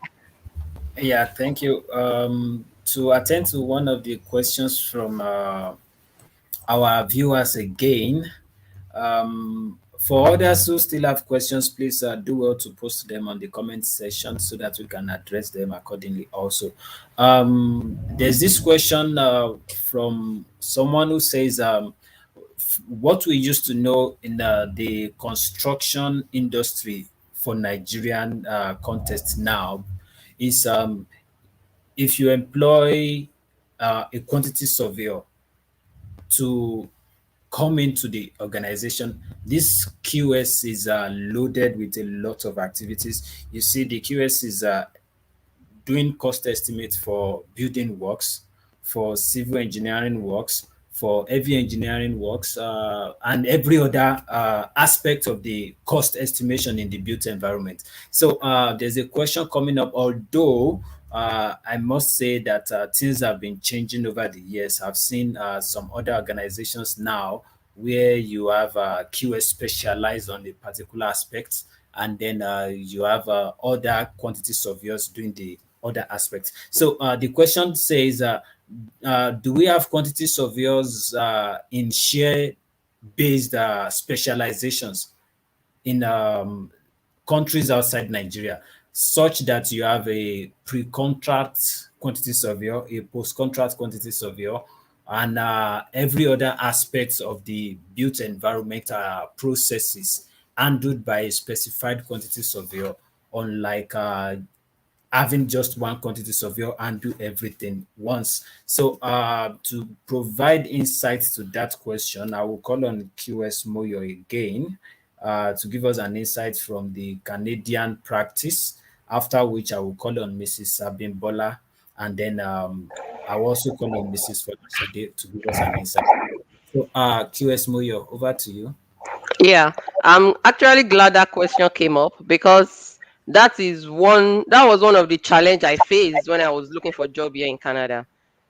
if you permit me to say, the system of employment that I was used to from Nigeria is the jack of all trades system. You have to be all rounder. You have to be good at everything.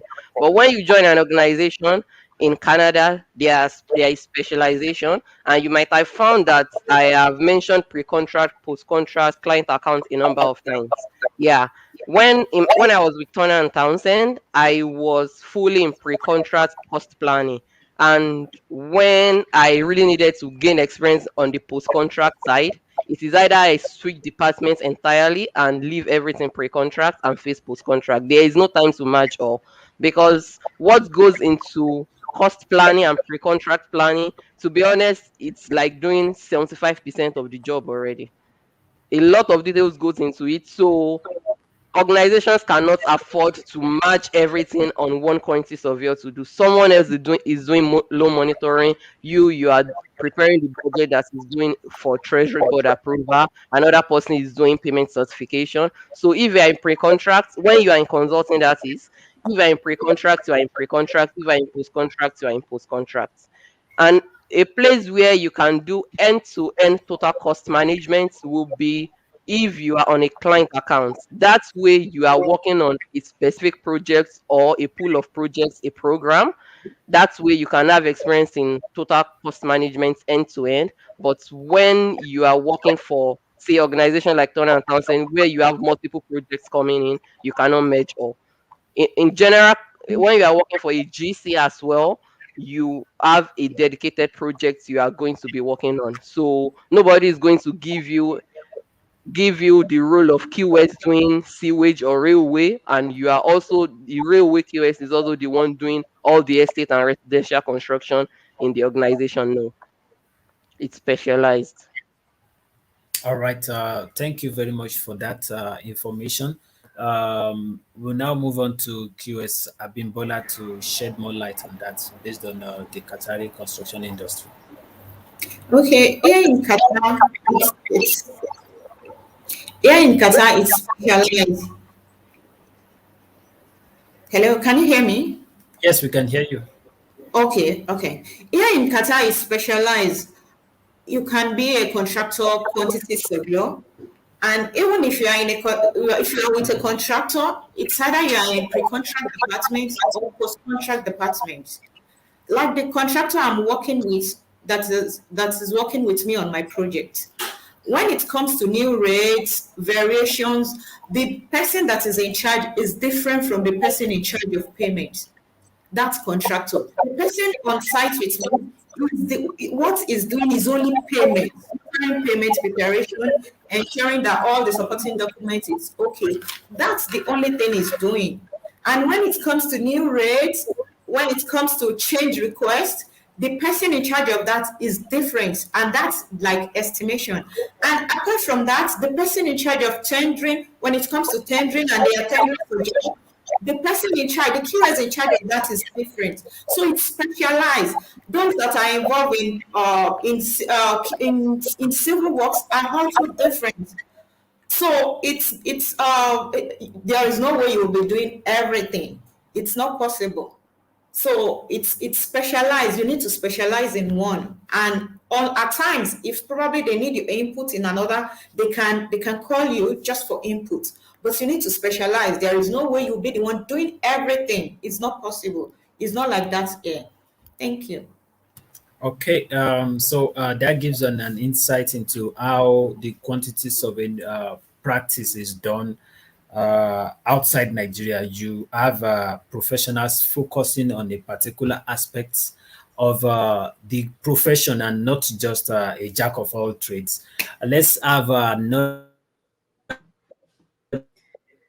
Okay. Yeah, I think I will just talk. It's like every time it comes to my turn, your your internet is always messing up.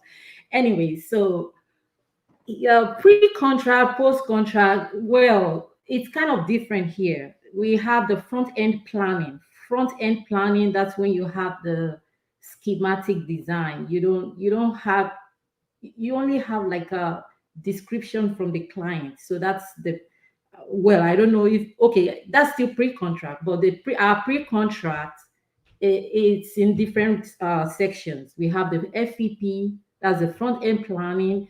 We have the schematic design. We have the design development design, and we have different estimators working on level, each level of design until you have a final design. When you have a final design, you have another estimator review what the previous estimators have done. So it's kind of different here. And post contract, I understand, is when the contract is already executed by both parties. So after the contract is executed by both parties and you have a change request, you have change orders, we have a different estimator that work on change orders. So it's not in the United States, we don't have jack of all trade. We have different, like we have a division of labor, that I remember that. So you have estimators working at each level of construction, design, pre-design, design, construction, and then after the construction is completed, we have the another estimator that does the bid analysis, bid variance analysis. That's where you have the lesson length. That's when you document all the all the lessons from that project, so you can use lessons from that project on other projects, because you don't want to every time you get a project, you don't want to start taking off. You don't have to have build up rates for that project. You have to use bid variance analysis from different projects, so that when you get new projects, you can use the same. When you get similar project, you can use the same rate on there. So it really makes it easier to work as an estimator here. Thank you. Okay. Thank you so much. That was good to know that from a global perspective, our trade is specialized. You stay in areas where you best fit in. And I think that's a good one. Now there's a question concerning professional bodies and certifications around the world. Can you tell us, Toladun, what is the professional certification like in your country, Australia, and what is the acceptability of this? While the other panelists can also get ready to answer similar. Yeah, thank you very much. What I would say is, if you have RICS certification, mostly all other professional bodies will accept you. Take for example, I was trying to apply for AIQS here, and they told me that I will have to face interview, and I told them I've been practicing for more than 13 years. I was registered in Nigeria, where I was coming from, but they told me there is no reciprocity agreement between Australia and Nigeria, and that's Nigeria being an African country, they couldn't really recognize it on the world. So I left, I faced that ICS. Once I passed that ICS, I went back to them. That's okay, I'm chartered now, RICS chartered. They said, oh, that's one, we will respect that.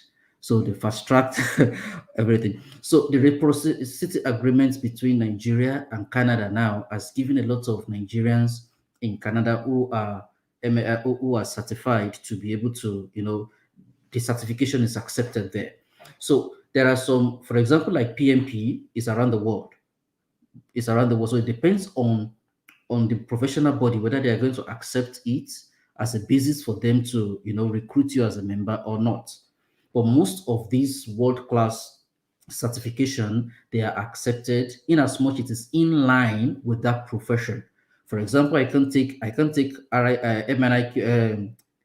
AIQS to engineering Australia and tell them I want to be certified as an engineer. No. But even PMP, I can't take PMP to engineering Australia. I can only take PMP to a project management association to get their certification. So if it is in line with that professional body and it's a global certification and there is reciprocity, they could accept it. But if not, in as much you have demonstrated you know what you are doing, the basic thing is not the certification you are carrying, but the experience you possess. Once you can demonstrate that experience and they know that you have this experience, then they can consider what they need to do. Thank you very much. Yeah, thank you. So experience, and then it will be nice to really have the basics from your native country. Okay, what about in the UK? What is it like? In the UK, just like I said before, there is quite a lot of point surveyors, especially in the contracting side, with a lot of experience, 15, 20 years, and they don't even have RICS chartership, you know. But having said that, I would say the peak of any qualification that any surveyor can have in the UK is MRICS. That's like the peak of it. Apart from MRICS, we have CIOB as well, but CIOB is that's Chartered Institute of Building. That's much more relevance to construction managers and project managers. So, but as point surveyor, RICS is everything. That's what I think really. RICS is everything for a point surveyor in the UK. And with RICS, just like QS Tosin said, with RICS, if you go to any country in the world, be it Australia, Canada, it's quite easy for you to get the professional recognition in those countries, you know. So yeah, in the UK, if you're working for a consultant, RICS is everything. If you're working for a contractor, if you're a quant surveyor as well, work for a contractor. If you like and do RICS, it's not mandatory. But if you're a construction manager or project manager, I would say go for CIOB. It's much more recognized there. Thank you. Okay, thank you. Mrs. Abimbola, can you tell us about Qatar, Mr. Abimbola?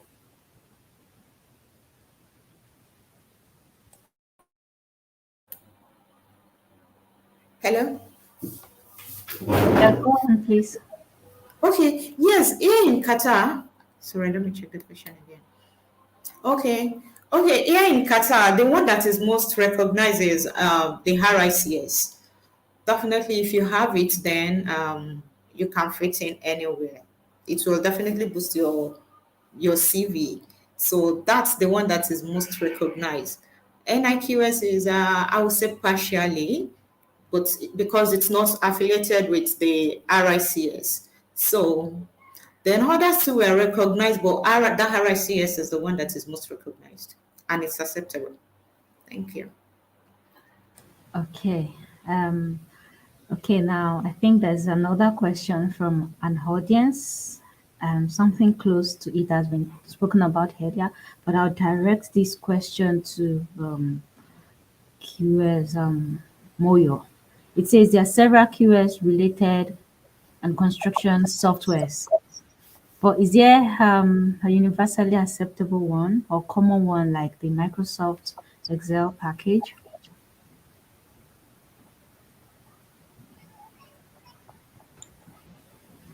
QS Moyo.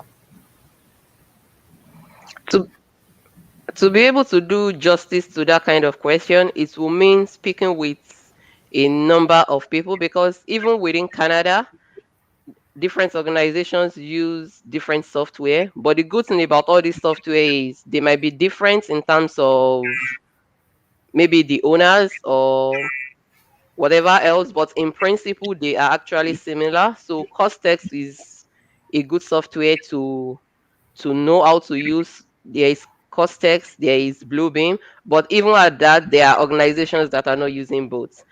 Timberline estimating, people in general contracting use that a lot, but Costex and Bluebeam, if you know how to use either one of those, you should be able to translate your knowledge in both for other consulting firms. Okay, thank you so much. From Australia, QS Tosin. Any insight, please? Um, Thank you very much. Microsoft Excel is just for punching calculations. It's not actually designed to, solve quantity surveying problems. This software we're trying to, for example, in Excel, you can bring in drawings. You will have to still be measuring with scale rule and some other things and you have to be typing directly. But with some of these specialized softwares, you can import your drawings, PDF formats into it, and you can do on-screen measurements. So it's going to pick the points. Once you pick the points you need, it calculates it for you. And in as much you know, okay, this one is going to be superficial, this one is going to be cubic, this one is going to be enumerated, this one is going to be window, you need to deduct some areas. So it's leverage on the understanding that you are a quantity surveyors. And that was why I said that the value of the value of what we got, that we studied quantity surveying for 5 years, played a key role here. I could remember in my office they were using global estimating, and I told them I can work with global estimating, not because not because I can work on it, but because I'll still have to be doing measurements with scale rule. It doesn't differentiate me from Excel. So I recommended get me Qubit. And once they got in Qubit, almost every one of them, I have to train them on how to use it. I have to train them on how to use it. So, and with it, you can track where you have errors.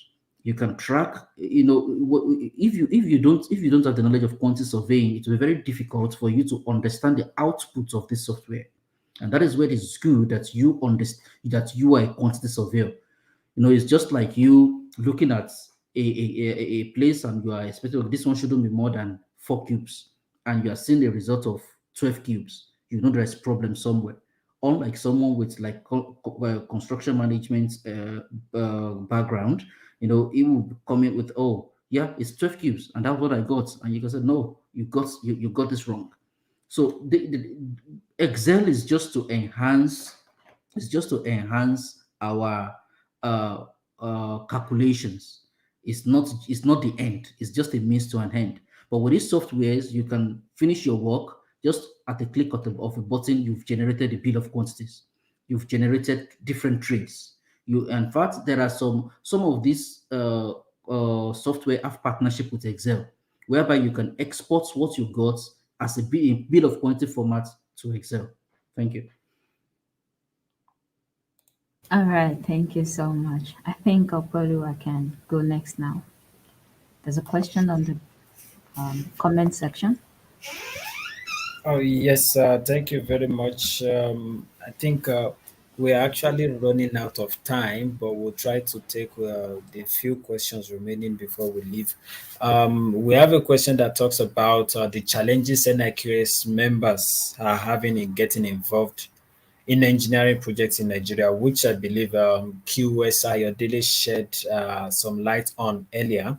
So now the question is, may we know the level of involvement of quantity surveyors in mechanical and electrical project works in Australia, for example, in Qatar, then in Canada and USA. So we have 4 panelists who will be attending to this, and I would employ us to take them in one minute each. So we're starting with QS Tosin for Australia. Yeah, thank you very much. Yes, quantity surveyors are involved in MEP, electrical, plumbing. If you know what you're doing and you understand it, you can go for a specialized course in electrical. There is what we call electrical estimating as a course. There's what we call hydraulics estimating as a course. HVAC as a course. You want to specialize in them. There are some people even specialize in landscaping. There are some who specialized in masonry. So you can take these courses and you can work in most of these subcontracting or contracting organization as electrical estimator, electrical project manager, electrical construction manager, etc. Thank you. All right. Thank you very much. We'll move on to QS Abimbola Qatar to give an insight to this.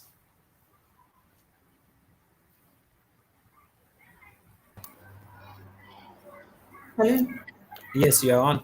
Okay, yeah. Okay, here in Qatar, quantity surveyors are very involved. They are involved in electrical and mechanical works. We have companies that's what they do. If there is a project now, the electrical and mechanical team, that's what they specialize on. They are the one that will be on that, that will be handling that, and they have quantity surveyors that are working for them. That's what they specialize on, and it's something that is even more easier than building works.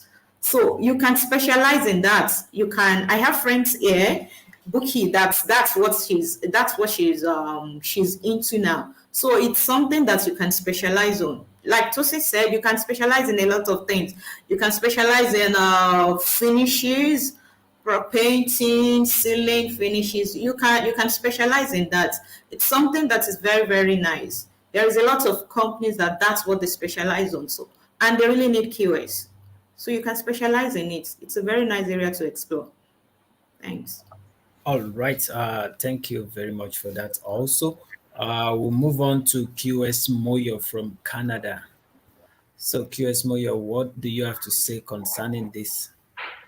Yeah, I'll be brief with that because it's same as others have noted. It's specialization. If you want to be mechanical and electrical estimator, M&EQS, you specialize in that. Join a department that does M&EQS.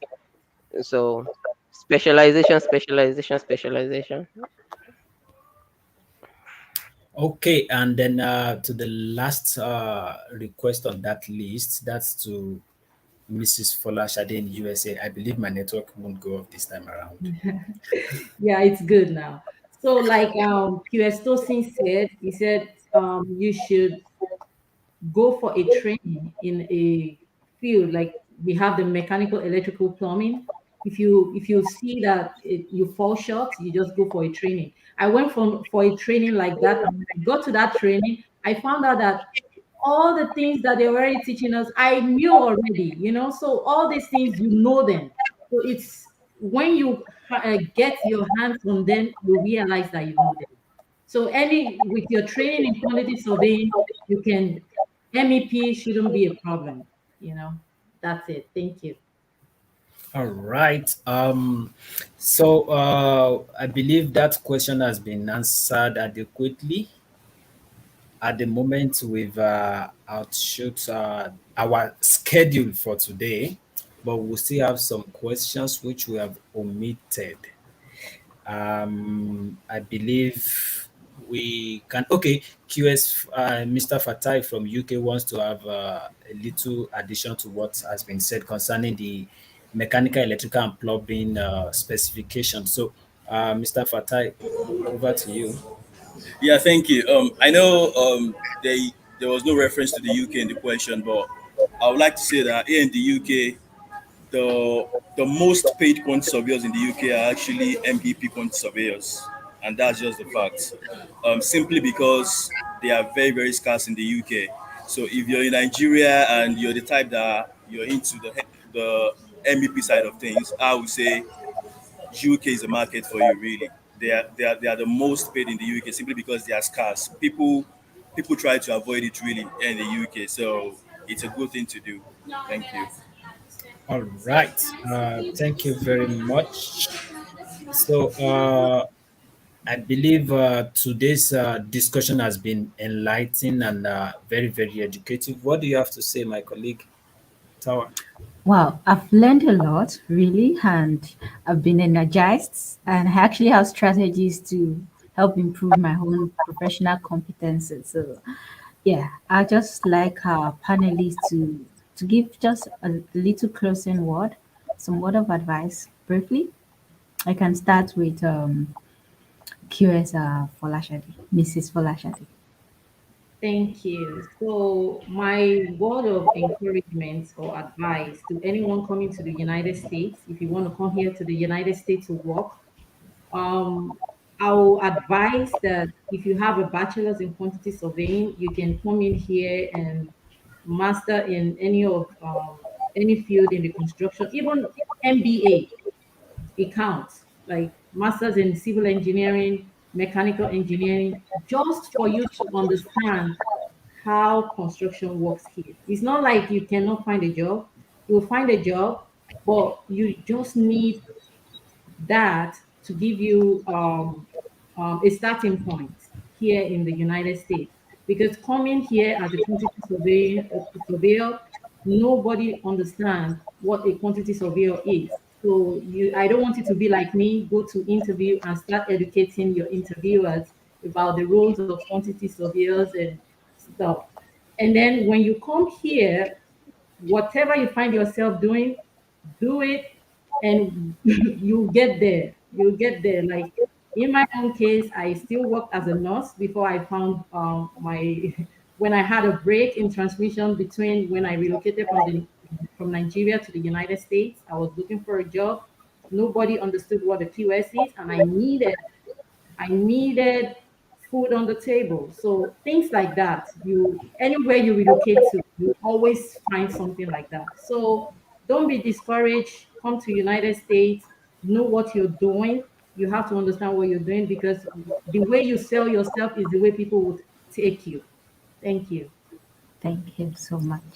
While I'm calling on the next panelist, I just want to ask if our audience can, send our panelists some requests on LinkedIn just so they could, get some further insights, perhaps for mentorship and all of that. Okay, that by the side, I'd like to call Kes Moyo to give our final word as well.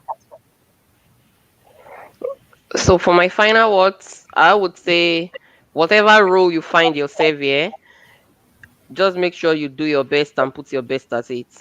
It is important to have at the back of your mind that there is dignity in labor here, and no matter what you find yourself doing, either you are in trades, either you are with general contractor, no matter where you find yourself, put your best foot forward. Wherever you find, make yourself indispensable.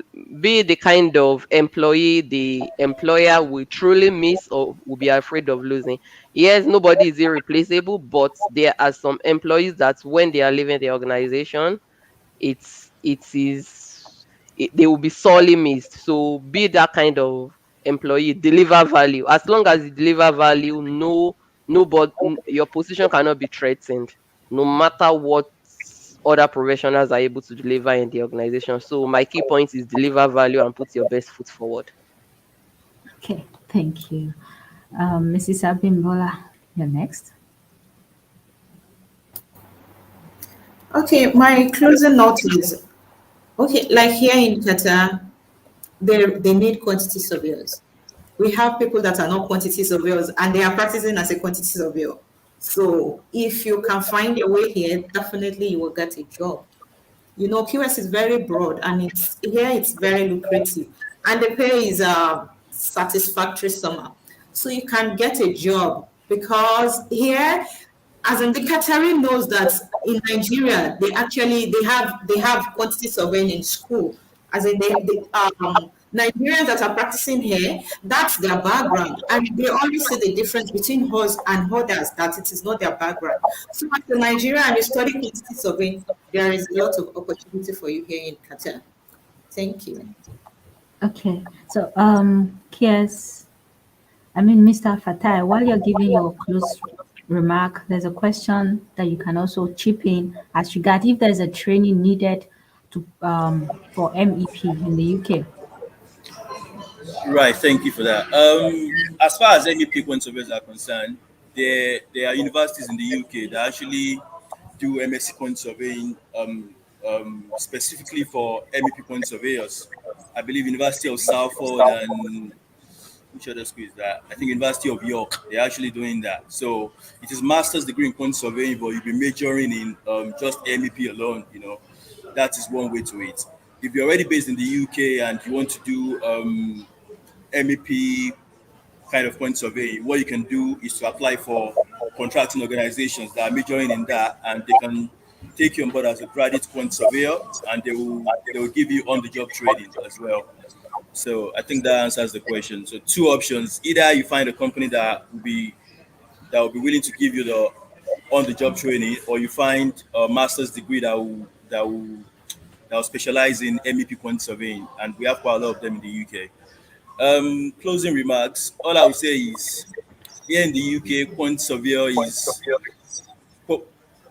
are highly demanded in the market. So if you're in Nigeria and you're thinking of exploring your opportunities abroad, I would say UK is probably the right place to come. Aside from the fact that there is that high demand in the UK, point surveying as a profession actually originated from the UK. So if you're coming to the source of the profession, I think that will probably add to your CV anyway. Anyway, you can find yourself later in the future. Thank you. Thank you so much.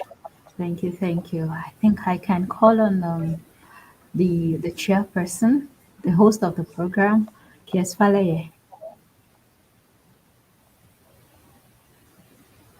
Yes, thank you, uh, Tawa. Thank you all the participants joining across the world.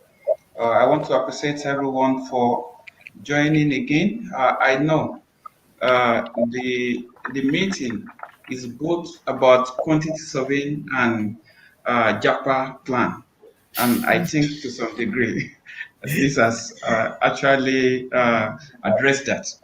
And I want to believe that the world is a global village. If I hear of a QS living for Canada tomorrow, or Australia, or Qatar, or UK, or United States of America, we're not losing the person, but the country is going to gain from the person later. The profession is going to gain from that person, and the institute is going to gain from that person. Provided that platforms like this are maintained. And I want to appreciate all the participants, all the panelists for your time, and the coordinator of the Diaspora Special Group. I appreciate your efforts. Thank you for putting this together. Sincerely speaking, as the participants were learning, I was actually learning a lot too. And I want to appreciate you for this. And once again, the president would have loved to be here in person, but he is just unaffordably absent. He was at Ahmadu Bello University celebrating with the Department of Quantity Surveying, we just clocked 50 years of existence. So thank you once again, and I want to appreciate you. Looking forward to seeing you in the next subsequent webinar. Thank you all. Thank you, thank you, thank you. And yes, one of our audience was asking if one of our panelists, the panelists from the UK, can be contacted. Yes, the full name is Fatai Oladayo Ola Ore. Yeah, thank you. And now to Kestuladun to round up for us. Yeah, thank you very much. It's been a great day, a great session. I'm really, really, really grateful for everyone. Um, before continuing, my last words. Um, there are three things. One, it is often said that Rome wasn't built in a day, but they forget to tell you that Rome was conceptualized in a day. So it is very, very important to conceptualize your journey, conceptualize what you want to do, how you want to go about it. And like we emphasized, don't get boxed in construction.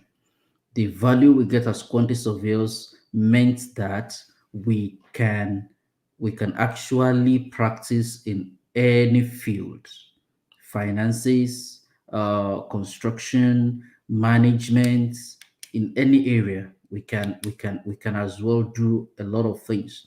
And in your plans as well, our advice, allow for allow for a little disruption. Don't be too rigid with your plans. The fact that, oh, I want to work for a contractor and you have opportunities coming from consulting or organization. Let me just give a typical example. When I got in here, I was focusing on consulting organizations. That's okay, I want to be a consultant. And I got an interview with Turner and Townsend. We already had an agreement. We were about, going in, and I got two different offers from contracting side. We need you. We need you.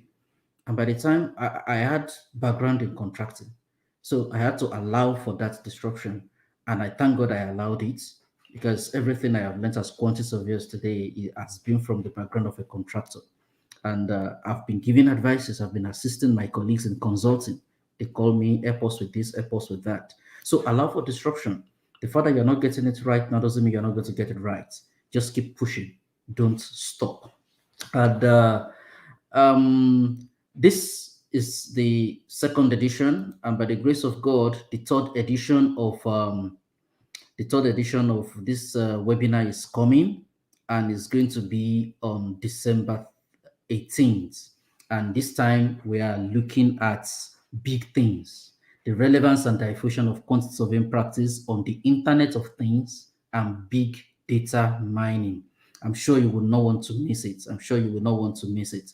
So, and we're going to have as guest speakers Associate Professor Ajibade Aibinu from the Melbourne School of Design, University of Melbourne, Australia. And then we're going to have our own Moses Itonla, Executive Director, BIM Africa. They are going to be doing justice to that topic. I know that is the future of any practice, and so you wouldn't want to miss it. December 18, 2021, that I will be communicating with you on further details. So I think on that note, those are my final words to the moderator. Okay, so I'm speaking on behalf of the audience now, because if I was in the audience, I would be asking similar question. How can we reach out to the panelists? Yes, the panelists, we can reach out to them if they really want to. I will start with you can reach me on LinkedIn with my full name, Olawale Tosin Toladun. And on Facebook too, you can reach me on as Jem Toladun. And on which other platform? Yeah, you can send me email, inform@gmail.com. So I will be willing to assist you whichever way I can. Thank you very much. Okay, we're just wishing we could have the names of the other panelists as well. Maybe like the full name, or perhaps maybe we could somehow share the poster again, the poster for this event, so they see these names in full and know how to reach out. All right, I think that would be a good way to. I think that would be a good way. That would be a good way to do that. Yeah. Okay. Well. That is it. So we have QS Ayofaleye from Nigeria, QS Moyo Oduola from Canada, QS Tosin Toladun, Australia, Mrs. Abimbola Ebitoye Akindele, Qatar, Mrs. Folashade Omotola Jala from the US, and Mr. Fatai Oladayo Olaore from the UK. I think these ones, it's clearly written here, and it's very easy to connect with them on a professional level. Thank you so much. I've had a very great time. Opoluwa, what about you? Honestly speaking, I believe this session has been very, very educative. It's something that every young quantity surveyor will always look forward to, because platforms like this are what builds us up. They are sessions that gives us an insight to what to expect in every industry we find ourselves. And with this system of globalization, which we are in at the moment, it's very easy to take your professional practice from one country to another. So internalization is easier when you understand what is expected of you in that industry, which is what this session has practically exposed everybody to. So I believe it's something everybody would appreciate, and it would help each and every one of us in making our decisions going forward in terms of our professional practice. I would always look forward to something like this once more. Okay. So I hope to see you soon in December. So Yes. we dig deeper. All right. Okay. So it's a goodbye from my side. Yes, goodbye. Bye, everyone. Thank you for having me. Thank you. Bye. Bye. Yeah, thank you, everyone. You're free to leave the studio if you want to. I want to once again appreciate every one of you. I'm sorry I've been a kind of disturbance to you, or calling you here and there that this thing must be a success. And I must assure you that today it's a success. You know, Absolutely. getting a comment from our doctor, Dr. Femi Balogun. So great presentations and great answers. And I think all of our viewers too have enjoyed this session. You know, we've received a lot of comments from all of them. Shubhomi I said think thank you. one of the active participants who is a senior colleague too, QS Tai Arojulu Alagwe. I think he asked up to 15 questions. Very cool. Yes. Yeah, yeah, it was really an interesting one. So Thank you for joining, sir. Thank you for joining. thank you for making time to look at this broadcast. Thank you, the panelists, for making out time. I know it's not that easy. For example, in Australia now, it is 3 a.m. I'm still awake. And so, thank you, our moderators. You did a good job. Thank you, Fatai, for dragging you and for making you postpone your event. I'm very, very grateful for that honor. On this note, I want to say thank you. And the planning and technical committee will be working for December 18th, and it's going to be a big banger. So thank you very much. Yeah, Thank you. Right. Thank you once again. Bye. yeah. Bye. Bye. Cheers.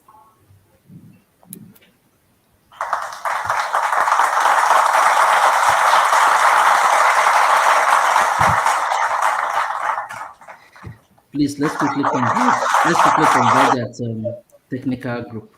I'm ending this broadcast now. Yes.